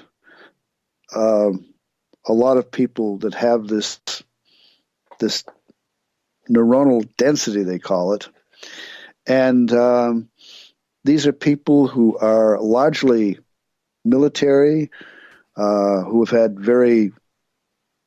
and scientists. And I'd contacted one of them, Gary Nolan of Nolan Lab at Stanford, who's been involved in this study for a number of years, and wrote about this in my column, Reality Check. And then I found out that the guy that pulled him into this study was none other than Christopher Kit Green, who worked for the CIA. Yeah. And I thought, wow, how interesting. He's actually got interested because primarily, as I see it, it was Uri Geller at the Lawrence Livermore Nuclear Laboratory in 1974. They were studying his psychokinetic abilities, and then suddenly a lot of the scientists, very prominent, prestigious, level-headed, as level-grounded as a scientist is supposed to be, and they were suddenly seeing strange orbs. People were seeing one husband and wife, and the guy was a physicist, and he described, I think, in their bedroom, like the arm of this, a human type arm, but instead of a hand at the end of it floating over their bed or at the foot of their bed, like a hook, like Captain Hook, I guess. And Really? yes, and then there was also a description by others of like these very tall, dark bird-like figures walking around the house or in the house. And this is where Kit Green really got interested. He'd already had experiences like long-distance telepathy, experiments with Uri Geller, where he just described things that blew his mind, that, you know, Geller being over in California at Stanford and you know, Green at his home in Virginia or at his office in Langley, and Geller impressed him. He did not think it was possible that anybody could read and see, remote view, what was going on and what was, you know, was going on in his neck of the woods like that. And so anyway, I just think it's, you know, because I had just discussed with I did an interview, panel interview that I do occasionally with Dr. Greg Little, a psychologist friend, and a Russ Scalpone, who's also a psychologist, about how I would love to see MRI studies. I've thought for years about this, that something's going on in the brain of the experiencer. If we can't, this is a whole dimension to testimony that hasn't been, we have people who are under hypnosis and they suddenly, as they're reliving the experience, some of the strange body markings, the stigmata or whatever you want to call it, that they had during the initial experience suddenly resurfaces. They begin to have some of the same symptoms. And I thought, if we haven't outward signs of it, imagine what the inward brain scans could reveal. And we were talking, and I remember Greg saying, well, how much money you got in your pocket, Brent? Because these are very expensive tests. And here was descriptions of these two doctors that spoke at Harvard, who was saying that they've been doing this with about 105 people, and then they had about 100 people so far who were, non-experiences, and looking at the difference in, their medical records and their MRI scans. And so I'm glad to say that, it is being done. And I had spoken with Uri Geller some years ago about, he was involved in, the Stanford studies and all kinds of studies and experiences. And he told me that he couldn't explain what happened at Lawrence Livermore, but for those people, prestigious scientists and their backgrounds to report what they did was phenomenal. And I even came across a case that he didn't even know about. He had done an interview for a radio station up in Ohio. And I was told this by Earl Neff, who was the founder of the CUP, the Cleveland Ufology Project, back in the 50s, one of the earliest groups. And he had met Uri Geller, and he had also been talking with one of the DJs at this radio station that Geller had appeared at, and said that after he left, there was a clock that detached itself from the wall. But the biggest thing was that he and two other people one night were sitting around. There was snow was falling fresh on the ground there, and it was cold outside. They were looking out a window having a sandwich, and one of the radio towers began to crumble and falling to the ground. In reality, this didn't happen, but they were all seeing this happen. The guy told Earl Neff and said that, they believed it was somehow connected with Uri Geller being there. And when I told Uri Geller, he says, well, that sounds like a major event. He says, I don't even remember that. And I said, well, or I thought, well, this is one of those things that, I guess never got communicated to you, but I still have the letter from Earl Neff describing this event. And so that's the kind of high strangeness that this guy with the CIA has been pursuing ever since 1972. And then 1974 was really what got him interested in strange orbs and things. And they're looking at the injury cases.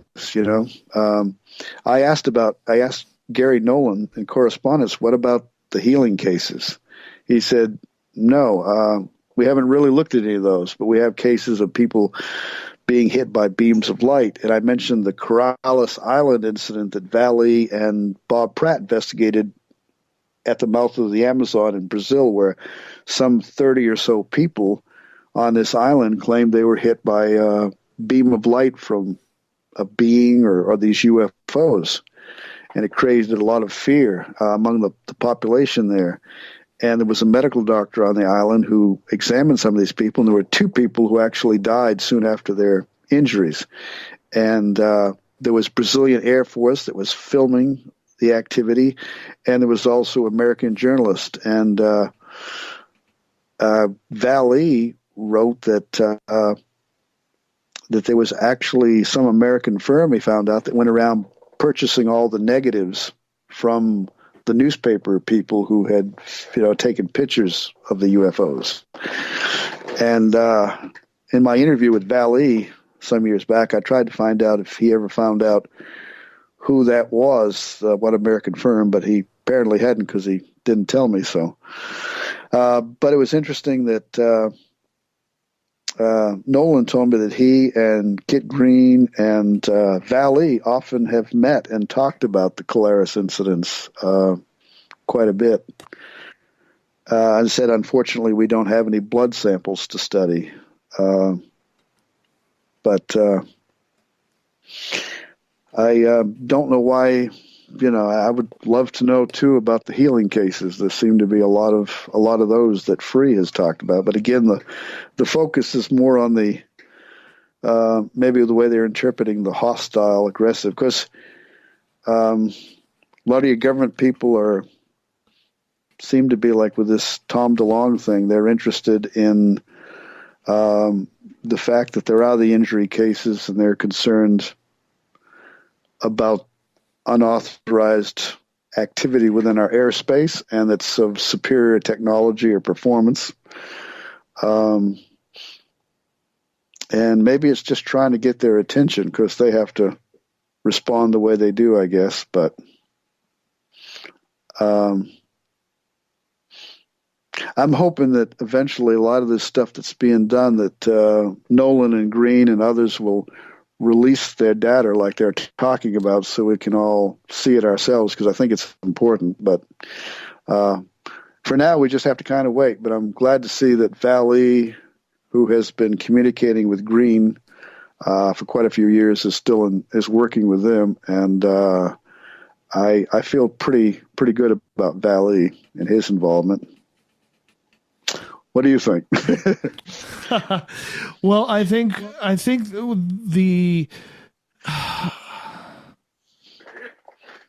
it's a difficult topic, because when you hear Vallée, when you hear Keel, when you hear all of these veterans and legends in this field, comparatively to how fast everything is going on today, I think the past is really, really not... How can I put this politely? It's being ignored, Brent. It's being ignored as fallacy, as not true research, as a lot of woo, if we could put it that way. You know what I'm saying? Mm-hmm. Oh yeah, I think that's what I've been kind of revolving around here with what I've been saying. It's I mean, we've Keel called it a ufology, a pseudoscience back in his day, and it needed to evolve a whole lot more beyond what it was. People had their religious fanatics, which is what he called a lot of UFO buffs. They have their articles of faith, why they believe this, why they believe that, but they don't dig any deeper beyond that.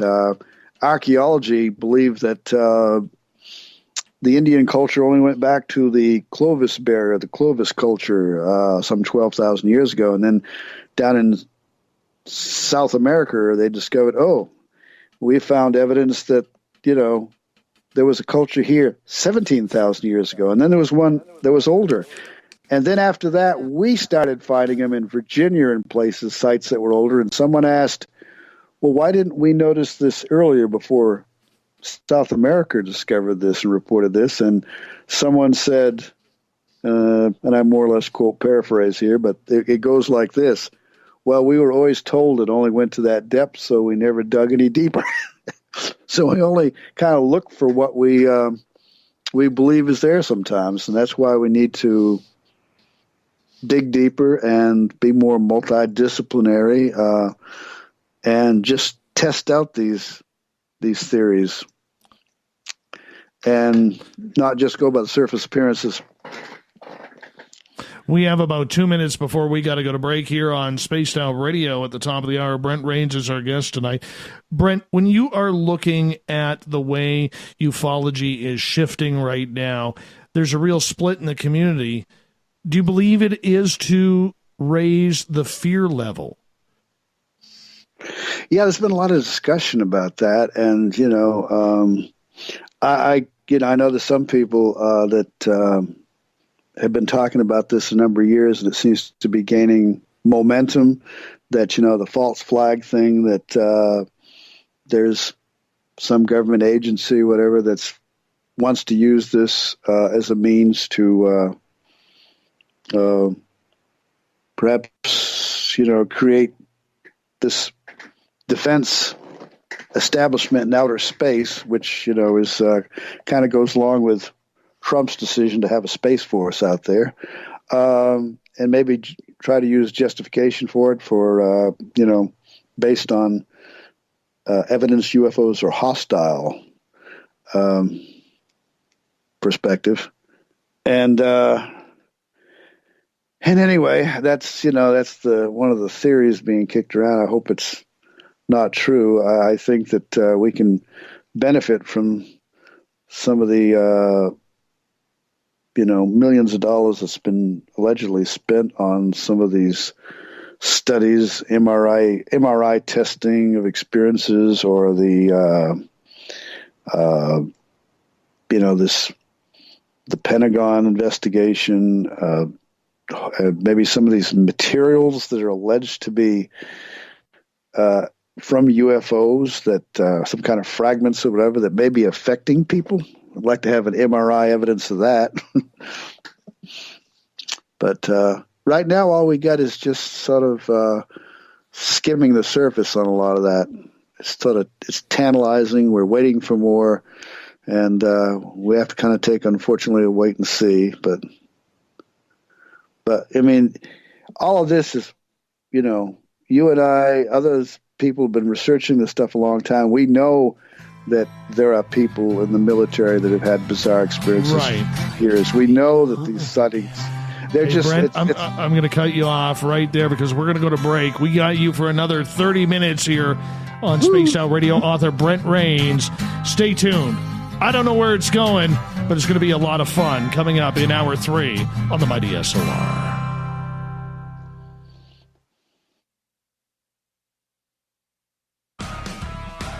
Get your horns up with me on Spaced Out Radio. This is Ron Bumblefoot THAL. Come tune in to SOR, where you can hear me rock out with Little Brother Is Watching, the official theme song of Spaced Out Radio. And then come on over to bumblefoot.com, where you can find out about my tour schedule, my music, and everything else. Bumblefoot.com keeps you up to date on what I'm doing and the best way to stay in touch with my music and music camps. Sign up for my newsletter at bumblefoot.com, and remember, Little Brother Is Watching. At spacedoutradio.com, we have a little bit of everything for you to stay up late. So while you're there, check out our SOR Newswire, where our team brings you stories of the weird and strange to the WTF from around the globe. News on Bigfoot, UFOs, paranormal, Darwinian-type crime tales. It's the stories that the mainstream media usually won't touch. Well, we got them all on the SOR Newswire, only at spacedoutradio.com. We all know on Spaced Out Radio we love a good beard and mustache, so why not take care of your facial hair with Mighty Moose Beard Oil? Made in Canada, we're taking care of beards and stashes around the world. We use 100% natural ingredients with our oils and balms to make your whiskers feel silky smooth. Use promo code SOR2019 at MightyMooseBeard.com today.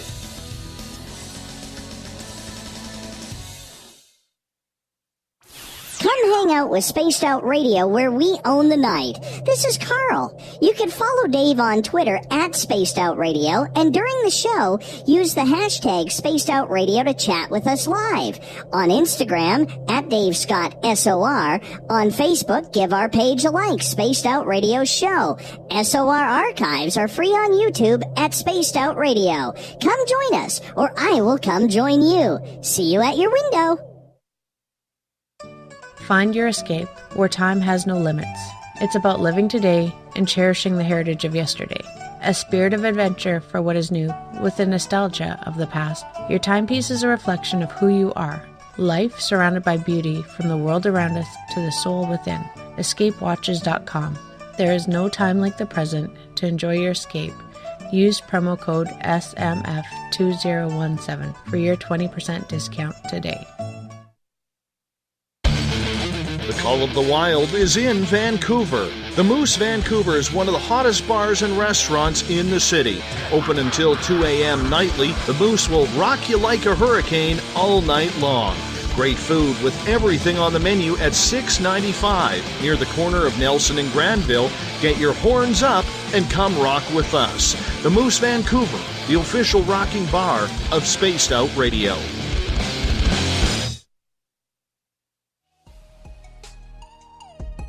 Canada's largest UFO conference is ready to roll in Toronto this September 21st and 22nd at the Alien Cosmic Expo. This year is about the experience.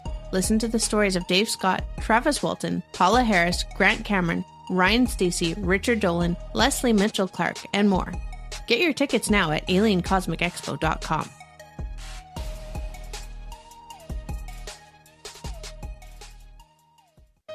Hey fans, it's Dave Scott. Do I have something for you to check out? A great documentary about legendary Mexican investigative journalist Jaime Maussan and his search for the truth about UFOs.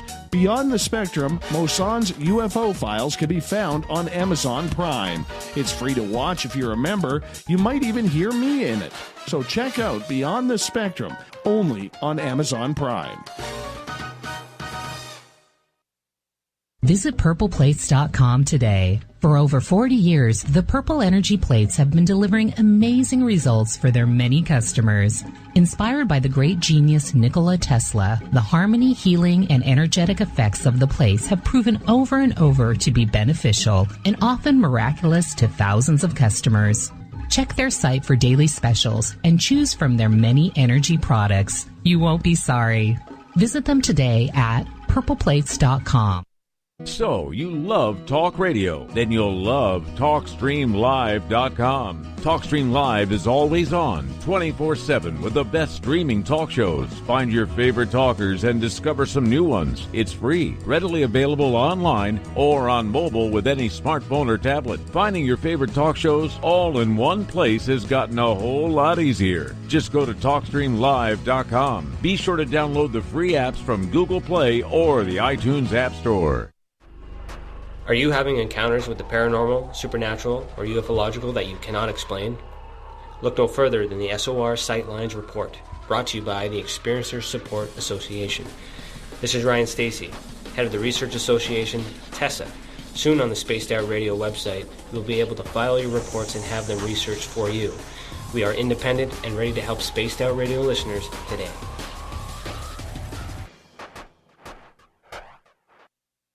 From the mile-high mountains of Colorado to all of you around the world, this is Tessa Nicole Thomas, and I invite you to stick around spacedoutradio.com for Saturday and Sunday nights where I host Spaced Out Weekend.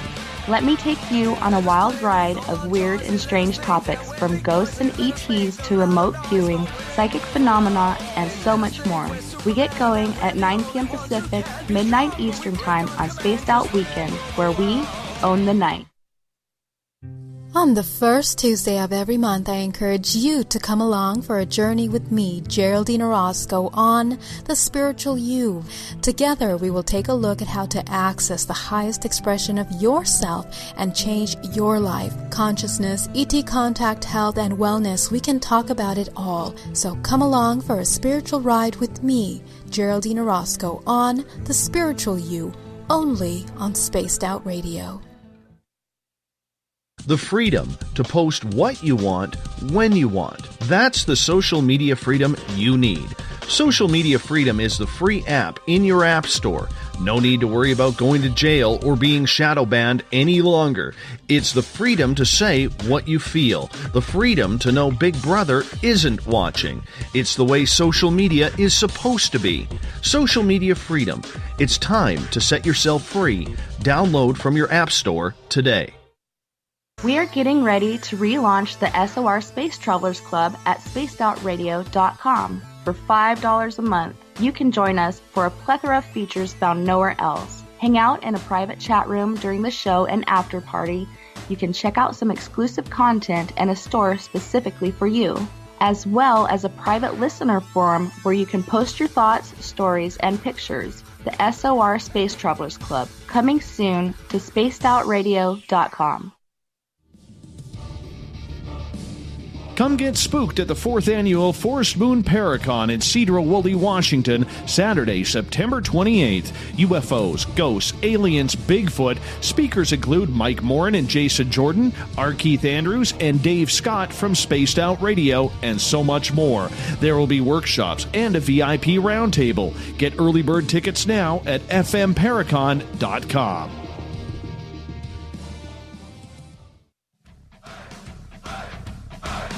Would you like to connect with us? Head to spacedoutradio.com for all your latest show info. Now, back to Dave Scott and SOR. Welcome back to the third and final hour of Spaced Out Radio tonight. I am your host, Dave Scott. Thank you so much for being with us. Tomorrow night on the show, we stick with the paranormal. We're getting into some stories, documentaries by researcher Josh Hurd, 9:06 Pacific, 12:06 a.m. Eastern at spacedoutradio.com. Hi to everyone listening in on WQEE 99.1 FM in Noonan, Georgia, KDUN AM 1030 in Reedsport, Oregon, in Ridgecrest, California, KZFX 93.7 FM, KDNF AM 1560 in Dangerfield, Texas, and down in New Orleans, UPRN 107.7 FM. Hi to Dr. Roan, Hawk of the Night, over at Revolution Radio, and all the fans listening there. Thank you so much for tuning us in. Don't forget, you can check out all of our archives for free. Go to youtube.com/Spaced Out Radio. Just do me the favor, hit that subscribe button. The Desert Clam has set the password for tonight in the SOR Space Travelers Club. Obstrigulate. Obstrigulate is your password. Be sure to use it wisely, Space Travelers, as the Clam can set the password each and every night right here on Spaced Out Radio. Our website is spacedoutradio.com, where soon we will have a lot of plethora of features for you. You can right now read up on the SOR Newswire put together by our news director, Captain Shirk. Listen to the show live, and the Gavinator. We'll have more coming up in the next few weeks. For the final time tonight, we introduce author Brent Raynes. We're kind of going all over the place. We're going to get into some UFOs now, because some of the UFOs that he has researched go from full objects up in the sky, on the ground, but some that seem a little translucent and almost like pixelated. Maybe they go a little bit invisible. It's a strange world out there, Brent Raynes. Thank you so much for joining us. Oh, thank you, Dave. And yeah, it's a strange world. And as I mentioned earlier, Keel had talked about the ghost-like quality appearances of some of the UFO observations. And I've come across a number of them that I included in my book that's coming out. One from a ufologist in West Virginia who wrote a book a number of years ago about UFOs in West Virginia. He personally investigated a number of cases, and his interest began. His name is Bob Teets. And as a young boy, growing up on a farm in Terra Alta, West Virginia, he observed early one morning, a silver disc-shaped object that he estimated was 35 feet in diameter that was going up toward a hill. And it really frightened him because, it seemed to be on a collision course. And it went up and it went into the hill, he said, like a ghost. And there was a Cynthia Newby Luce, who Luce, and She has had a master's in experimental psychology and anthropology. And for a number of years, she lived in a mountain village northwest of Rio de Janeiro, Brazil. And she said that she was driving through this little valley one day, and she come around a corner, and not far from her, there was this elongated, cylindrical type metallic object with what looked like windows sliding into this hillside. And there was no opening. It was just like the hillside was swallowing it. It appeared to be a solid, physical, elongated object, but it was sliding into the hillside like it was just a cloud, but yet it was a solid hillside. And Jacques Vallée, in his Confrontations book in 1990, described an oval UFO that took off up a canyon, and as it did so, it passed through several trees. It didn't go over them or around them. It went right through them like they weren't even there. And a Chicago area experiencer described to me some similar experiences with things that she had seen and she had a very impressive degree in abnormal psychology, very grounded, logical lady. And she was telling me about a golden ball of light she saw one time in her home. It was only like 3 feet away. And she put her hand out in front of this ball of light. And the problem was that the ball of light was still there. Like her hand wasn't there. Her hand just suddenly disappeared. And another time she'd seen like this pinkish cloud that came through a window. And then, she was in bed at the time. It went over her head. She reached a hand up to it, and her hand and part of her arm just disappeared. And as strange as that is, there are other cases. A case in Cluj, Romania, back in the summer of 1953. An age 17 biology student, this was described in the England's Flying Saucer Review, had reported a ball of light that fell down from the sky into a bush. And this young man stuck a stick into the bush to try to find the object, and he noticed that part of his hand had disappeared along with the stick. And he also developed a tingling sensation in that hand. And a guy in Sao Paulo, Brazil, a 40-year-old salesman, it was about 3 o'clock in the morning. He was back on May 22nd, 1973, reported this light beam striking his car, and the top of his car started to look like it was transparent. And he got out of the vehicle. His skin felt like it was on fire. There was this reaction, and he ran down the road a short distance, and as I recall, he passed out. And there was actually the woman that had those two experiences with the balls of light in the Chicago area. Actually, one time there was a aerospace engineer who lived in Chicago, who I also had talked with, who was visiting her house one time, and she held support meetings for experiences because she was one herself, and she, let people know that in the Chicago area that if they wanted to come to the meetings, they could, and if they were experiences themselves.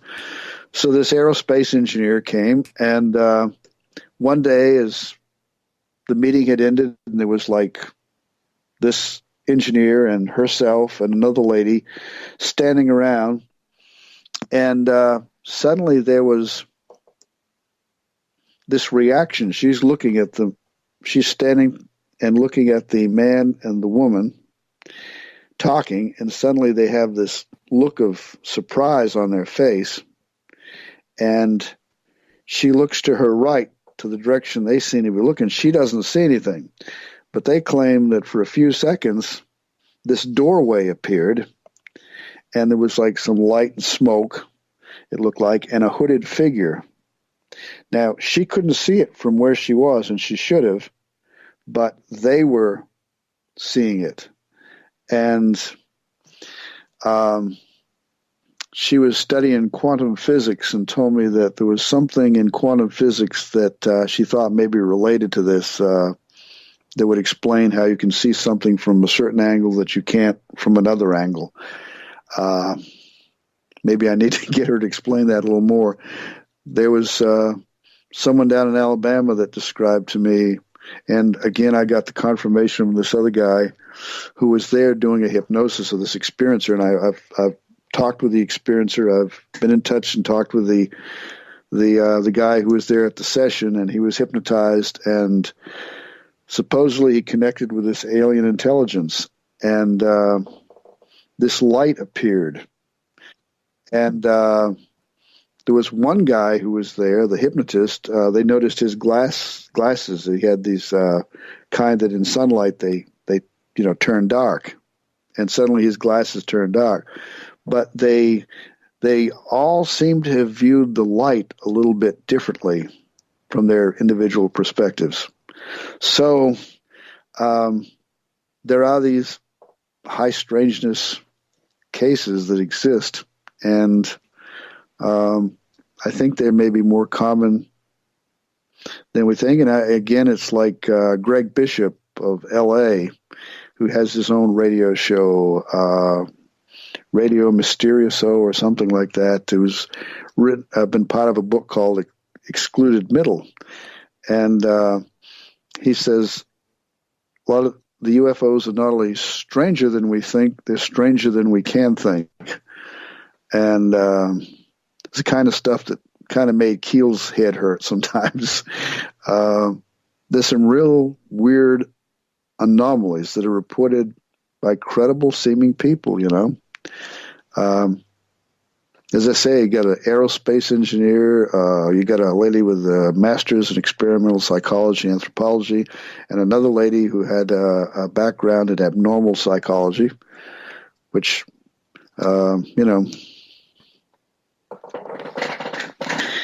they all seem to check out as people being reliable and credible individuals, reporting some really high, strange stuff.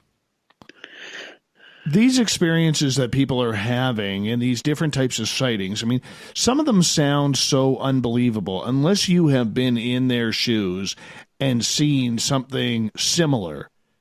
The majority of people out there are not going to believe this is happening. How do you as researchers figure out how real these stories are and how to trust that information? Well, it's a challenge. It's a huge challenge for all of us. When I first started in this field myself, I used to tell people I've not had an experience, but it's kind of like the Keel reflective thing. Sometimes after a while, you may start out without any experiences, but then as you're working with experiences themselves, and I've heard a number of people say this, that you begin to have your own experiences. And one of the things for me was the EVP thing. I mean, I heard intelligent, interactive responses a number of times, hearing John Keel after he passed and saying things that Keel would have said, just little snippets. I spent about 4 years going through a lot of this audio material and spent hours and hours and hours. I don't do that anymore. There's so many other fish to fry, but it convinced me that there's some really strange, spooky anomalies that do occur. I've also had precognitive dreams that have happened, and there's no way to explain that, I don't think, some of that, and some really wild synchronistic things. So, it's my experience, and it's I was just talking with Bob Davis, a good friend who worked with Free, who's a neuroscientist, and he's had experiences, precognition and Kundalini and things. We just talked about this in one of our interviews, and there's a lot of people that aren't going to believe it unless they experience it for themselves. And But there's so many of them, you know, that you've got to, I think, to be, if you're doing your job as a researcher, investigator, a student of this field, you have to examine every facet, every aspect as objectively as you can. And you know, it may not make sense today, but maybe someday down the road, all these things we keep connecting the dots are, you know, science is going to catch up with it, and it won't be treated as a pseudoscience eventually. You know, it's anomalies now, but today's anomalies may be part of tomorrow's science, and I'm kind of encouraged that there's more and more people looking at the, you know, the physics aspects and the consciousness aspects and quantum physics and the sciences that's evolving or seemingly evolving. And so, where do you think these beings and these craft are coming from?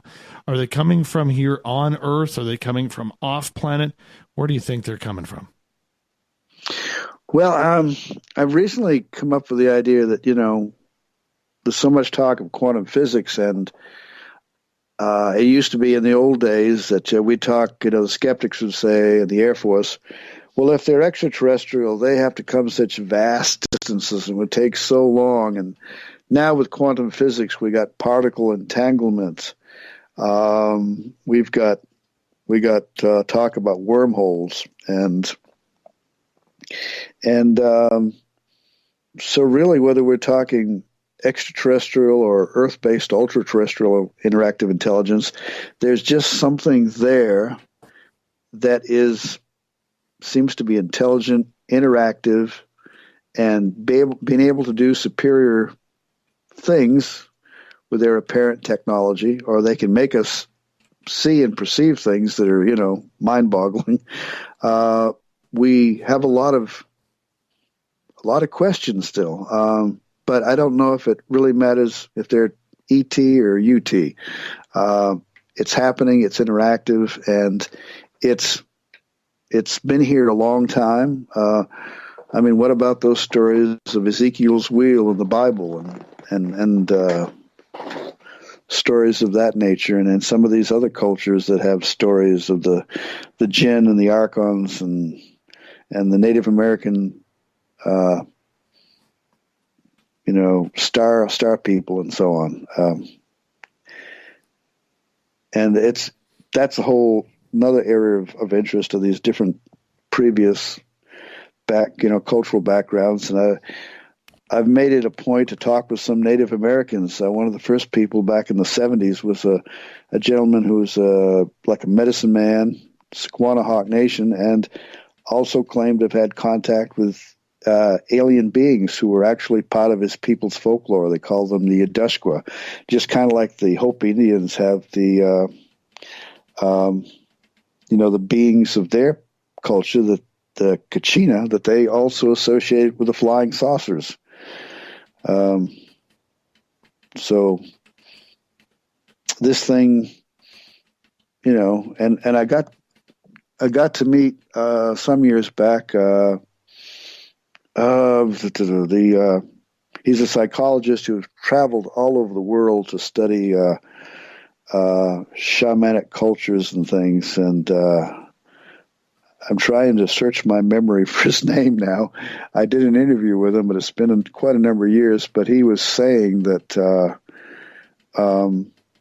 there were people out there in that community who claimed to have had experiences with ETs, or what we call ETs, and the UFO encounters that were generally ignored by the anthropologists, you know, because they weren't looking for that kind of stuff, and claimed that a lot of their encounters with the people he talked with were positive. So anyway, you know, it's just an interesting, so many different areas that you can get into and pursue. And this is where the multidisciplinary approach, you know, to try to take it all in and then, you know, roll it around your mind, get creative with it. See where it takes you. If it takes you anywhere meaningful, try to connect the dots. It'll take you all over the place, like our conversation tonight. I want to ask you, just because we only got about 3.5 minutes left with you tonight, I want to ask you about ET abduction. Is this a phenomenon that you think, as we draw closer to disclosure, you think is going to pick up, or it's going to remain where it is with the amount of people having those type of experiences? I mean, there's been so many reports of it, and I don't know that it's going to pick up, really.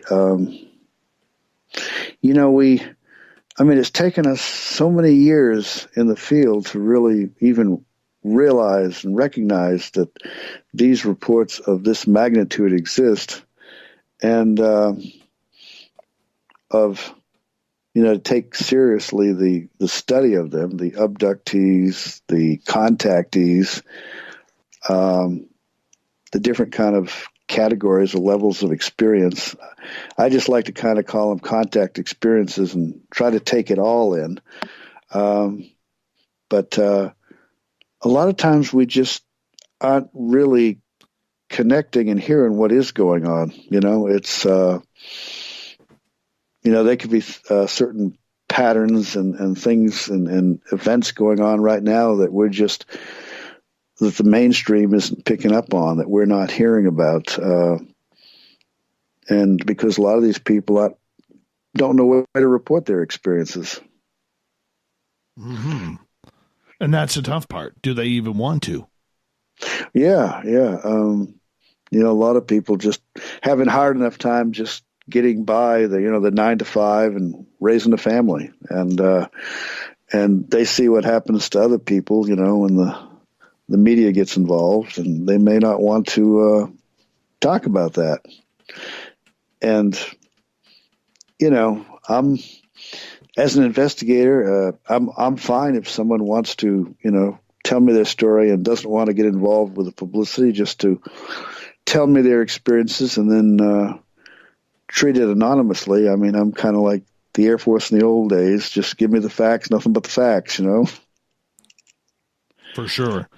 Brent, we only have about a minute left with you tonight, and I want to say a big thank you for coming on Spaced Out Radio. What a pleasure it was to have you again. We do have to make sure that it's less than 3 years next time. Can we make a promise here to our listeners?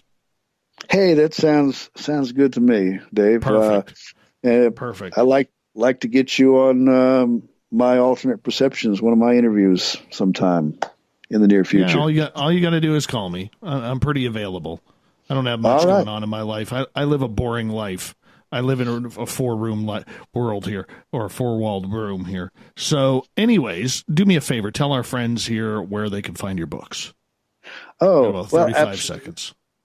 Okay. apmagazine.info is the website, and we post my online magazine there at the first of each month.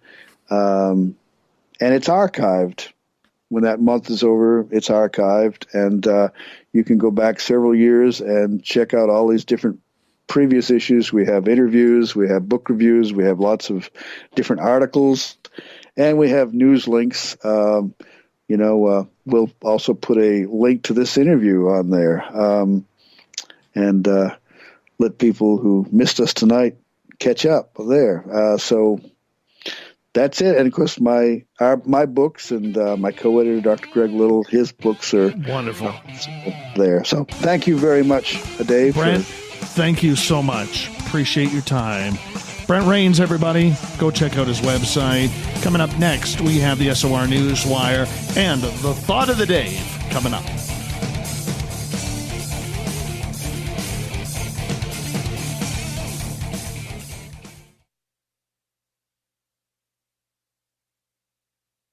Coming soon to our website, spacedoutradio.com, is the SOR Space Travelers Club. For just $5 a month, you can get into a private area on our site where you can hang with other listeners in our chat room, post in our forum, and check out a bunch of exclusive content and store that won't be found anywhere else, including a nightly after-show party with Dave. It's going to be the best $5 a month you're going to spend. The SOR Space Travelers, only at spacedoutradio.com. Are you having encounters with the paranormal, supernatural, or ufological that you cannot explain? Look no further than the SOR Sightlines Report, brought to you by the Experiencers Support Association. This is Ryan Stacy, head of the Research Association, TESA. Soon on the Spaced Out Radio website, you'll be able to file your reports and have them researched for you. We are independent and ready to help Spaced Out Radio listeners today.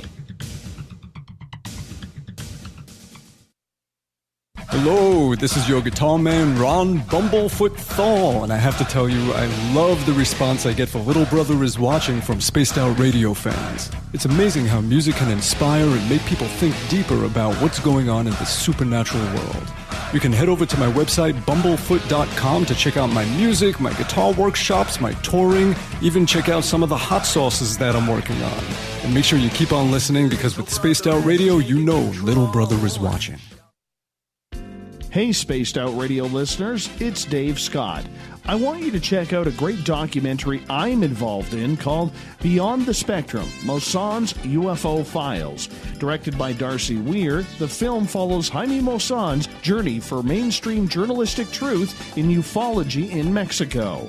Beyond the Spectrum can be found on Amazon Prime. If you're a member, watch it free. It's worth the watch.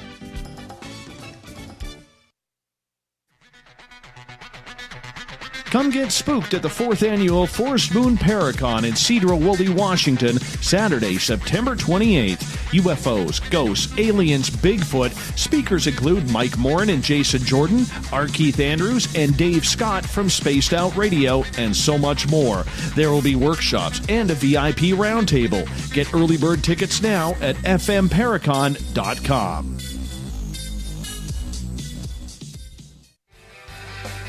From the heartlands of Canada to beards around the world, we know how to take care of you. Fill your follicles with the Mighty Moose Beard Oil.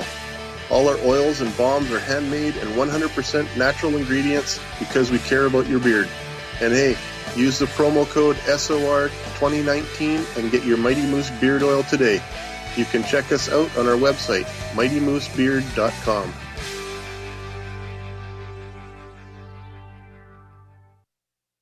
Heading to Vancouver and looking for a night on the town? The Moose Vancouver is the bar that never stops rocking until 2 a.m. every night. The Moose has great food with everything on the menu from $6.95 to $8.95. Fantastic, vibrant staff and rock and roll that will bring you back to when the music was real, the hair was long, and the guitars were rocking. Get your party on at the Moose Vancouver, the official party bar of Spaced Out Radio. A timepiece is a reflection of who you are, and what better way to show off the real you than with an Escape watch. Escape is a lifestyle brand accessorizing your days and nights.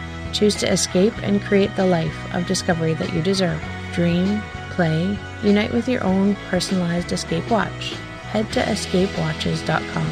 There is no time like the present to enjoy your escape. Use promo code SMF2017 for your 20% discount today. Coming up this September 21st and 22nd, all UFO eyes will be focused on Toronto for the 4th Annual Alien Cosmic Expo. Come listen to some of the biggest names and experiencers in ufology. Travis Walton, Paul Hellyer, Richard Dolan, Paula Harris, Grant Cameron, Randy Kramer, and Spaced Out Radio's own Dave Scott. Tickets are on sale now at aliencosmicexpo.com.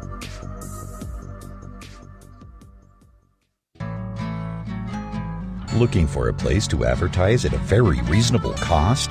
Look no further than Spaced Out Radio. SpacedOutRadio.com has an advertising tab that you can click to check out our daily, weekly, and monthly packages to play on the radio, or our website including social media. From commercial spots to banners, we have it all. Check out our competitive pricing today.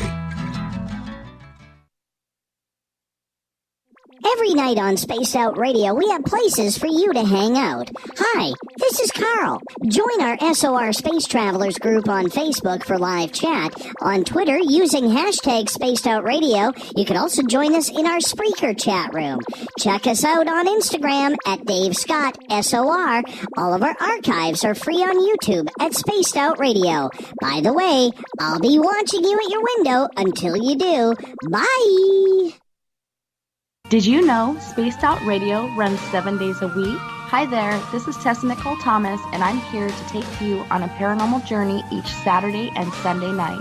Why change the station when you have it all right here? Together, we'll hang out and share some strange and scary stories. And don't forget, we have Psychic Sundays as well, so come tune in Spaced Out Weekend. We get going at 9 p.m. Pacific, midnight Eastern, only at spacedoutradio.com, where we own the night. Looking for the stories of the strange and weird that you will find hard to find anywhere else? Check out the SOR Newswire on our website. Our writers, led by Captain Shirk, are scouring the world for the oddest and most bizarre stories we can find. Everything from weird crime to suspenseful and paranormal. We're working hard for you to bring you the most intriguing news of your day. Check out the SOR Newswire at spacedoutradio.com today. Are you intrigued by Paranormal Talk Radio? You'll love the new Paranormal Radio app from TalkStream Live. You'll find a great selection of talk shows covering UFOs, ghosts, strange phenomena, and much more. Download the Paranormal Radio app now and start listening to the very best in paranormal talk entertainment, including the network you're listening to right now, the Paranormal Radio app, free in Google Play and the iOS App Store.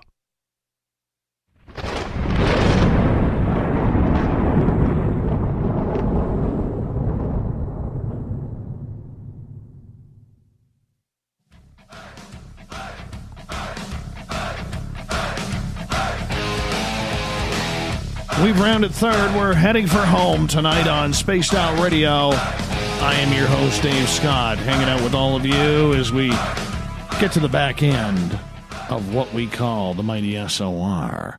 Reminder to all of you, if you've missed portions of this show or others, you can always check out our free archives at youtube.com/Spaced Out Radio. Just do me the favor, hit that subscribe button. And of course, our website is spacedoutradio.com, where you can check out the SOR Newswire, listen to the show live.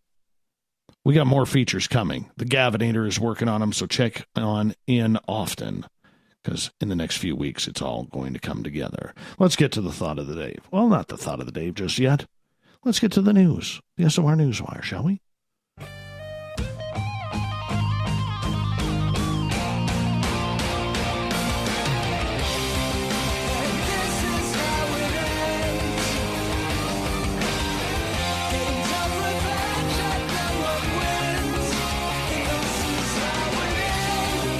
The news is always changing, which is why we bring you the SOR Newswire at the back end of every show, where we get to the weird, the wacky, the WTF. Captain Shirk puts all of our news together, and we absolutely love her for it. We're going to start off with a real cool story here. Real cool story about animal tracks. Want not, waste not. Not even a footprint.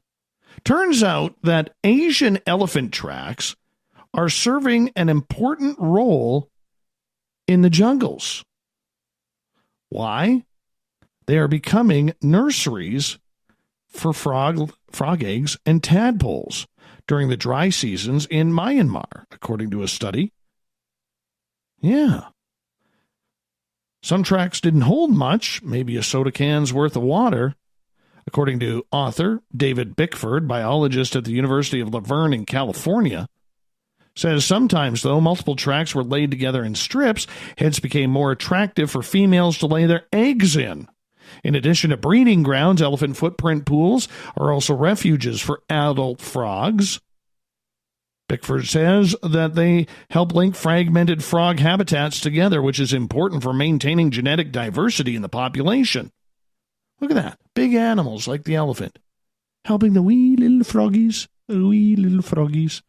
Yeah, providing pools of water for frogs when other water sources is scarce is just one of the ways elephants engineer ecosystems. They turn forests into grasslands by pulling up trees to eat the tops, disperse seeds of the biggest trees that helps remove carbon dioxide from the atmosphere, among other things. The studies have shown that in areas where elephants change the ecosystem, species biodiversity is actually greater.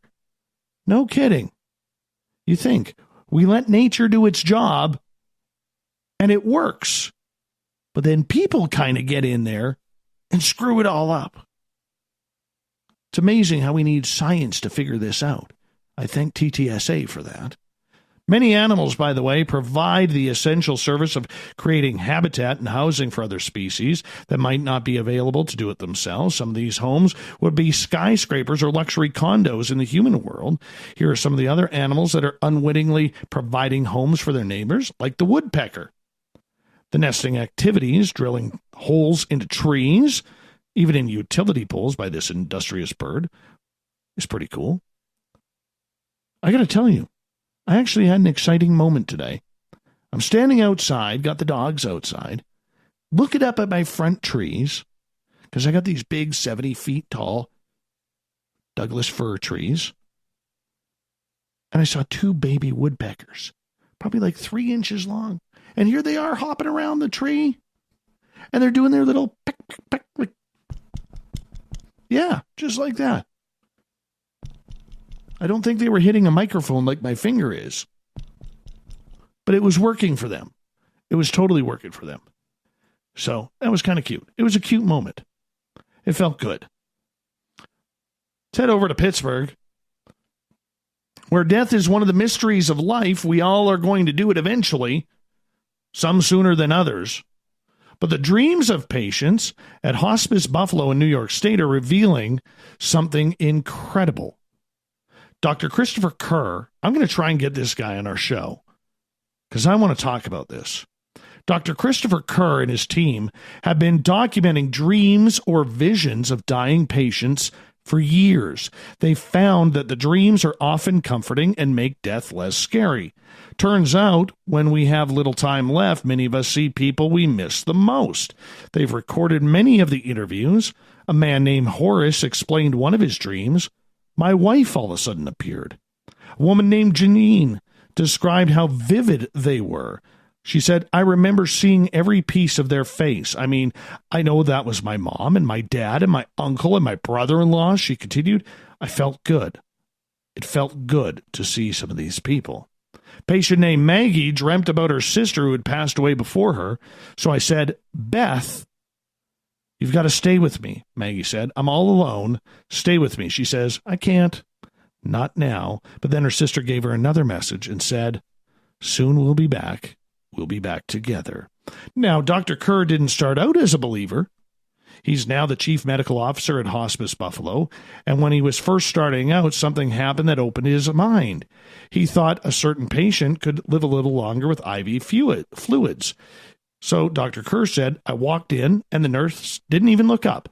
And she said, no, he's dying. And I said, why are you saying that? The nurse said, well, he's seeing his deceased mother. And I was laughing like, really? Yeah, right. He was quite skeptical, but he explained that he was proven wrong over and over. Everybody but me, the Dr. Kerr said, was able to prognosticate death in part based on what people were seeing or experiencing. He says doctors aren't trained to deal with dreams, but he began studying them and realized they are very therapeutic, saying instead of his fear of death, it almost transcends the fear of death to become something bigger. In 10 years, he has documented 14,000 cases. 80% of his patients report dreams or visions. We got to try and get him on the show. Definitely. Here's something cool in Pascagoula, how the hell do you pronounce this? Pascagoula, Mississippi. There we go. Pascagoula, Mississippi. Because 45 years ago, Calvin Parker and Charles Hickson claimed they were abducted by aliens and then returned to the banks of the Pascagoula River that same night. Well, this happened in October in 1973. so Dave was 5 months old, brought them national attention to the town. Well, in honor of that awesome moment of hanging out with aliens, the city has now put up a permanent reminder of the extraterrestrial tale after officials Saturday dedicated a historical marker next to the Lighthouse Park boat launches. The plaque describes the account and notes it is one of the best documented cases of alien abduction with 2 witnesses. The 2 men were fishing after work on October 11th, 1973, and were preparing to leave when they saw heavy blue lights, which is said that they appeared to be from a large oval-shaped craft. Now, on the 45th anniversary, hanging out with local law enforcement, reporters, and Parker, who had written a book experiencing the detail, said he was pretty honored by what had happened. Because it's kind of cool that there's a plaque right there. I think it's kind of cool. I really do. It means that people are becoming accepting of it. Now, here's something scary. There's an aerial picture of a reddish-brown crater in the middle of a farmer's field in Albach, Germany. Now, this picture was taken literally yesterday from the air. Looks like a pink floating virus against a pool of green. But it has more devastating consequences. It's 33 feet wide, 13 feet deep. Because what happened was a bomb from World War II just decided to blow up on Sunday morning, right in this barley field in central Germany. Now, thank goodness nobody was hurt in the blast, but scary enough as it is. So apparently what they believe is during the 1940s, during an Allied bombing sortie, that one of the bombs didn't explode, hit the ground and kind of sunk in. Well, of course, over time, dirt piles on and mud runs over it, and it starts getting deeper and deeper into the ground. And then one day it just decides to explode 70 years later. The explosion was apparently quite thundering and unexpected, led some residents of the farmland to speculate it was an earthquake. Now, explosive experts combed the crater and no bomb elements were initially found. The nearby city of Limburg said in a statement prompted the theory that it was the work of an asteroid. However, a second look with the help of drones helped build the evidence that the likely culprit was a 550-pound dud of a bomb dropped decades ago that remained buried and untouched until its own detonation mechanism eroded with time. Now, during 1940 and 1945 and in between, Allied bombers dropped about 2.7 million tons of bombs on Europe. About half of that ordnance fell on German targets, eradicating Nazi war infrastructure and killing more than 400,000 German civilians. They believe about 10% of the bombs failed to explode. That's kind of eerie. Here's something cool for your children. Your child will likely have the chance to put his or her or its name on the Mars rover in 2020. How cool is that? NASA's Mars 2020 rover is set to launch next summer, land in Jezero Crater on the Red Planet on February of 2021. It's called 2020 rover for obvious reasons, but it will carry a new name before the launch. This is a tradition with the Martian rovers. Before it was dubbed Curiosity, the previously deployed Plucky rover was known as Mars Science Laboratory. Oh, that's original. Can you see these guys sitting in NASA in this lab? What should we name this? Well, let's name it Ted. Let's name it Earl. Let's name it Samantha.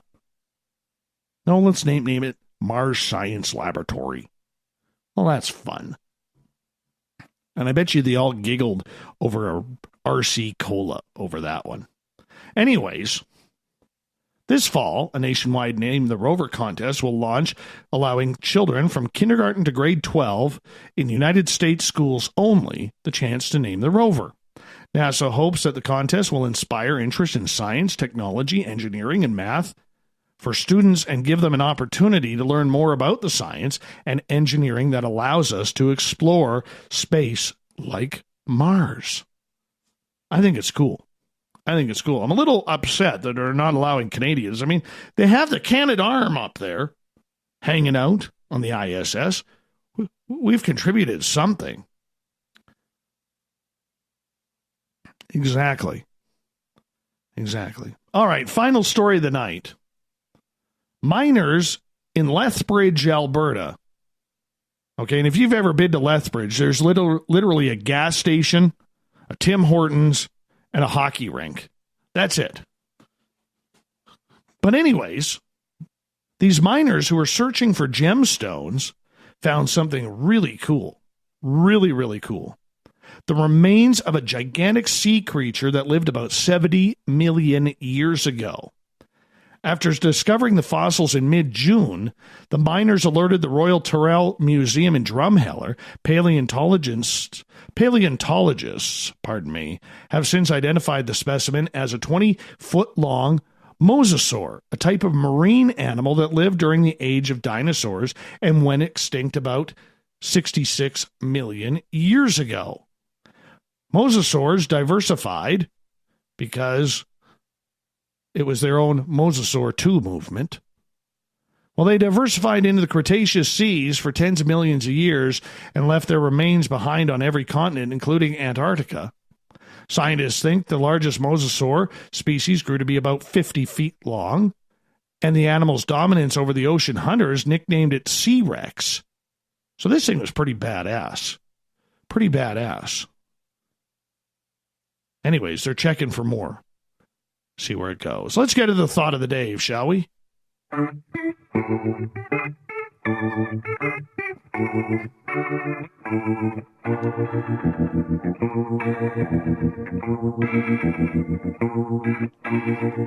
Thought of the Dave happens every night at this time, where we ask a question on our Twitter and Facebook pages, then read your responses on the air because we love the audience participation around here. Today's Thought of the Dave is as follows. What do you fear most about ET contact or abduction? My biggest fear? The food. What the hell do you eat on a spaceship? You know, there's no Tim Hortons, McDonald's, or Taco Bell up there.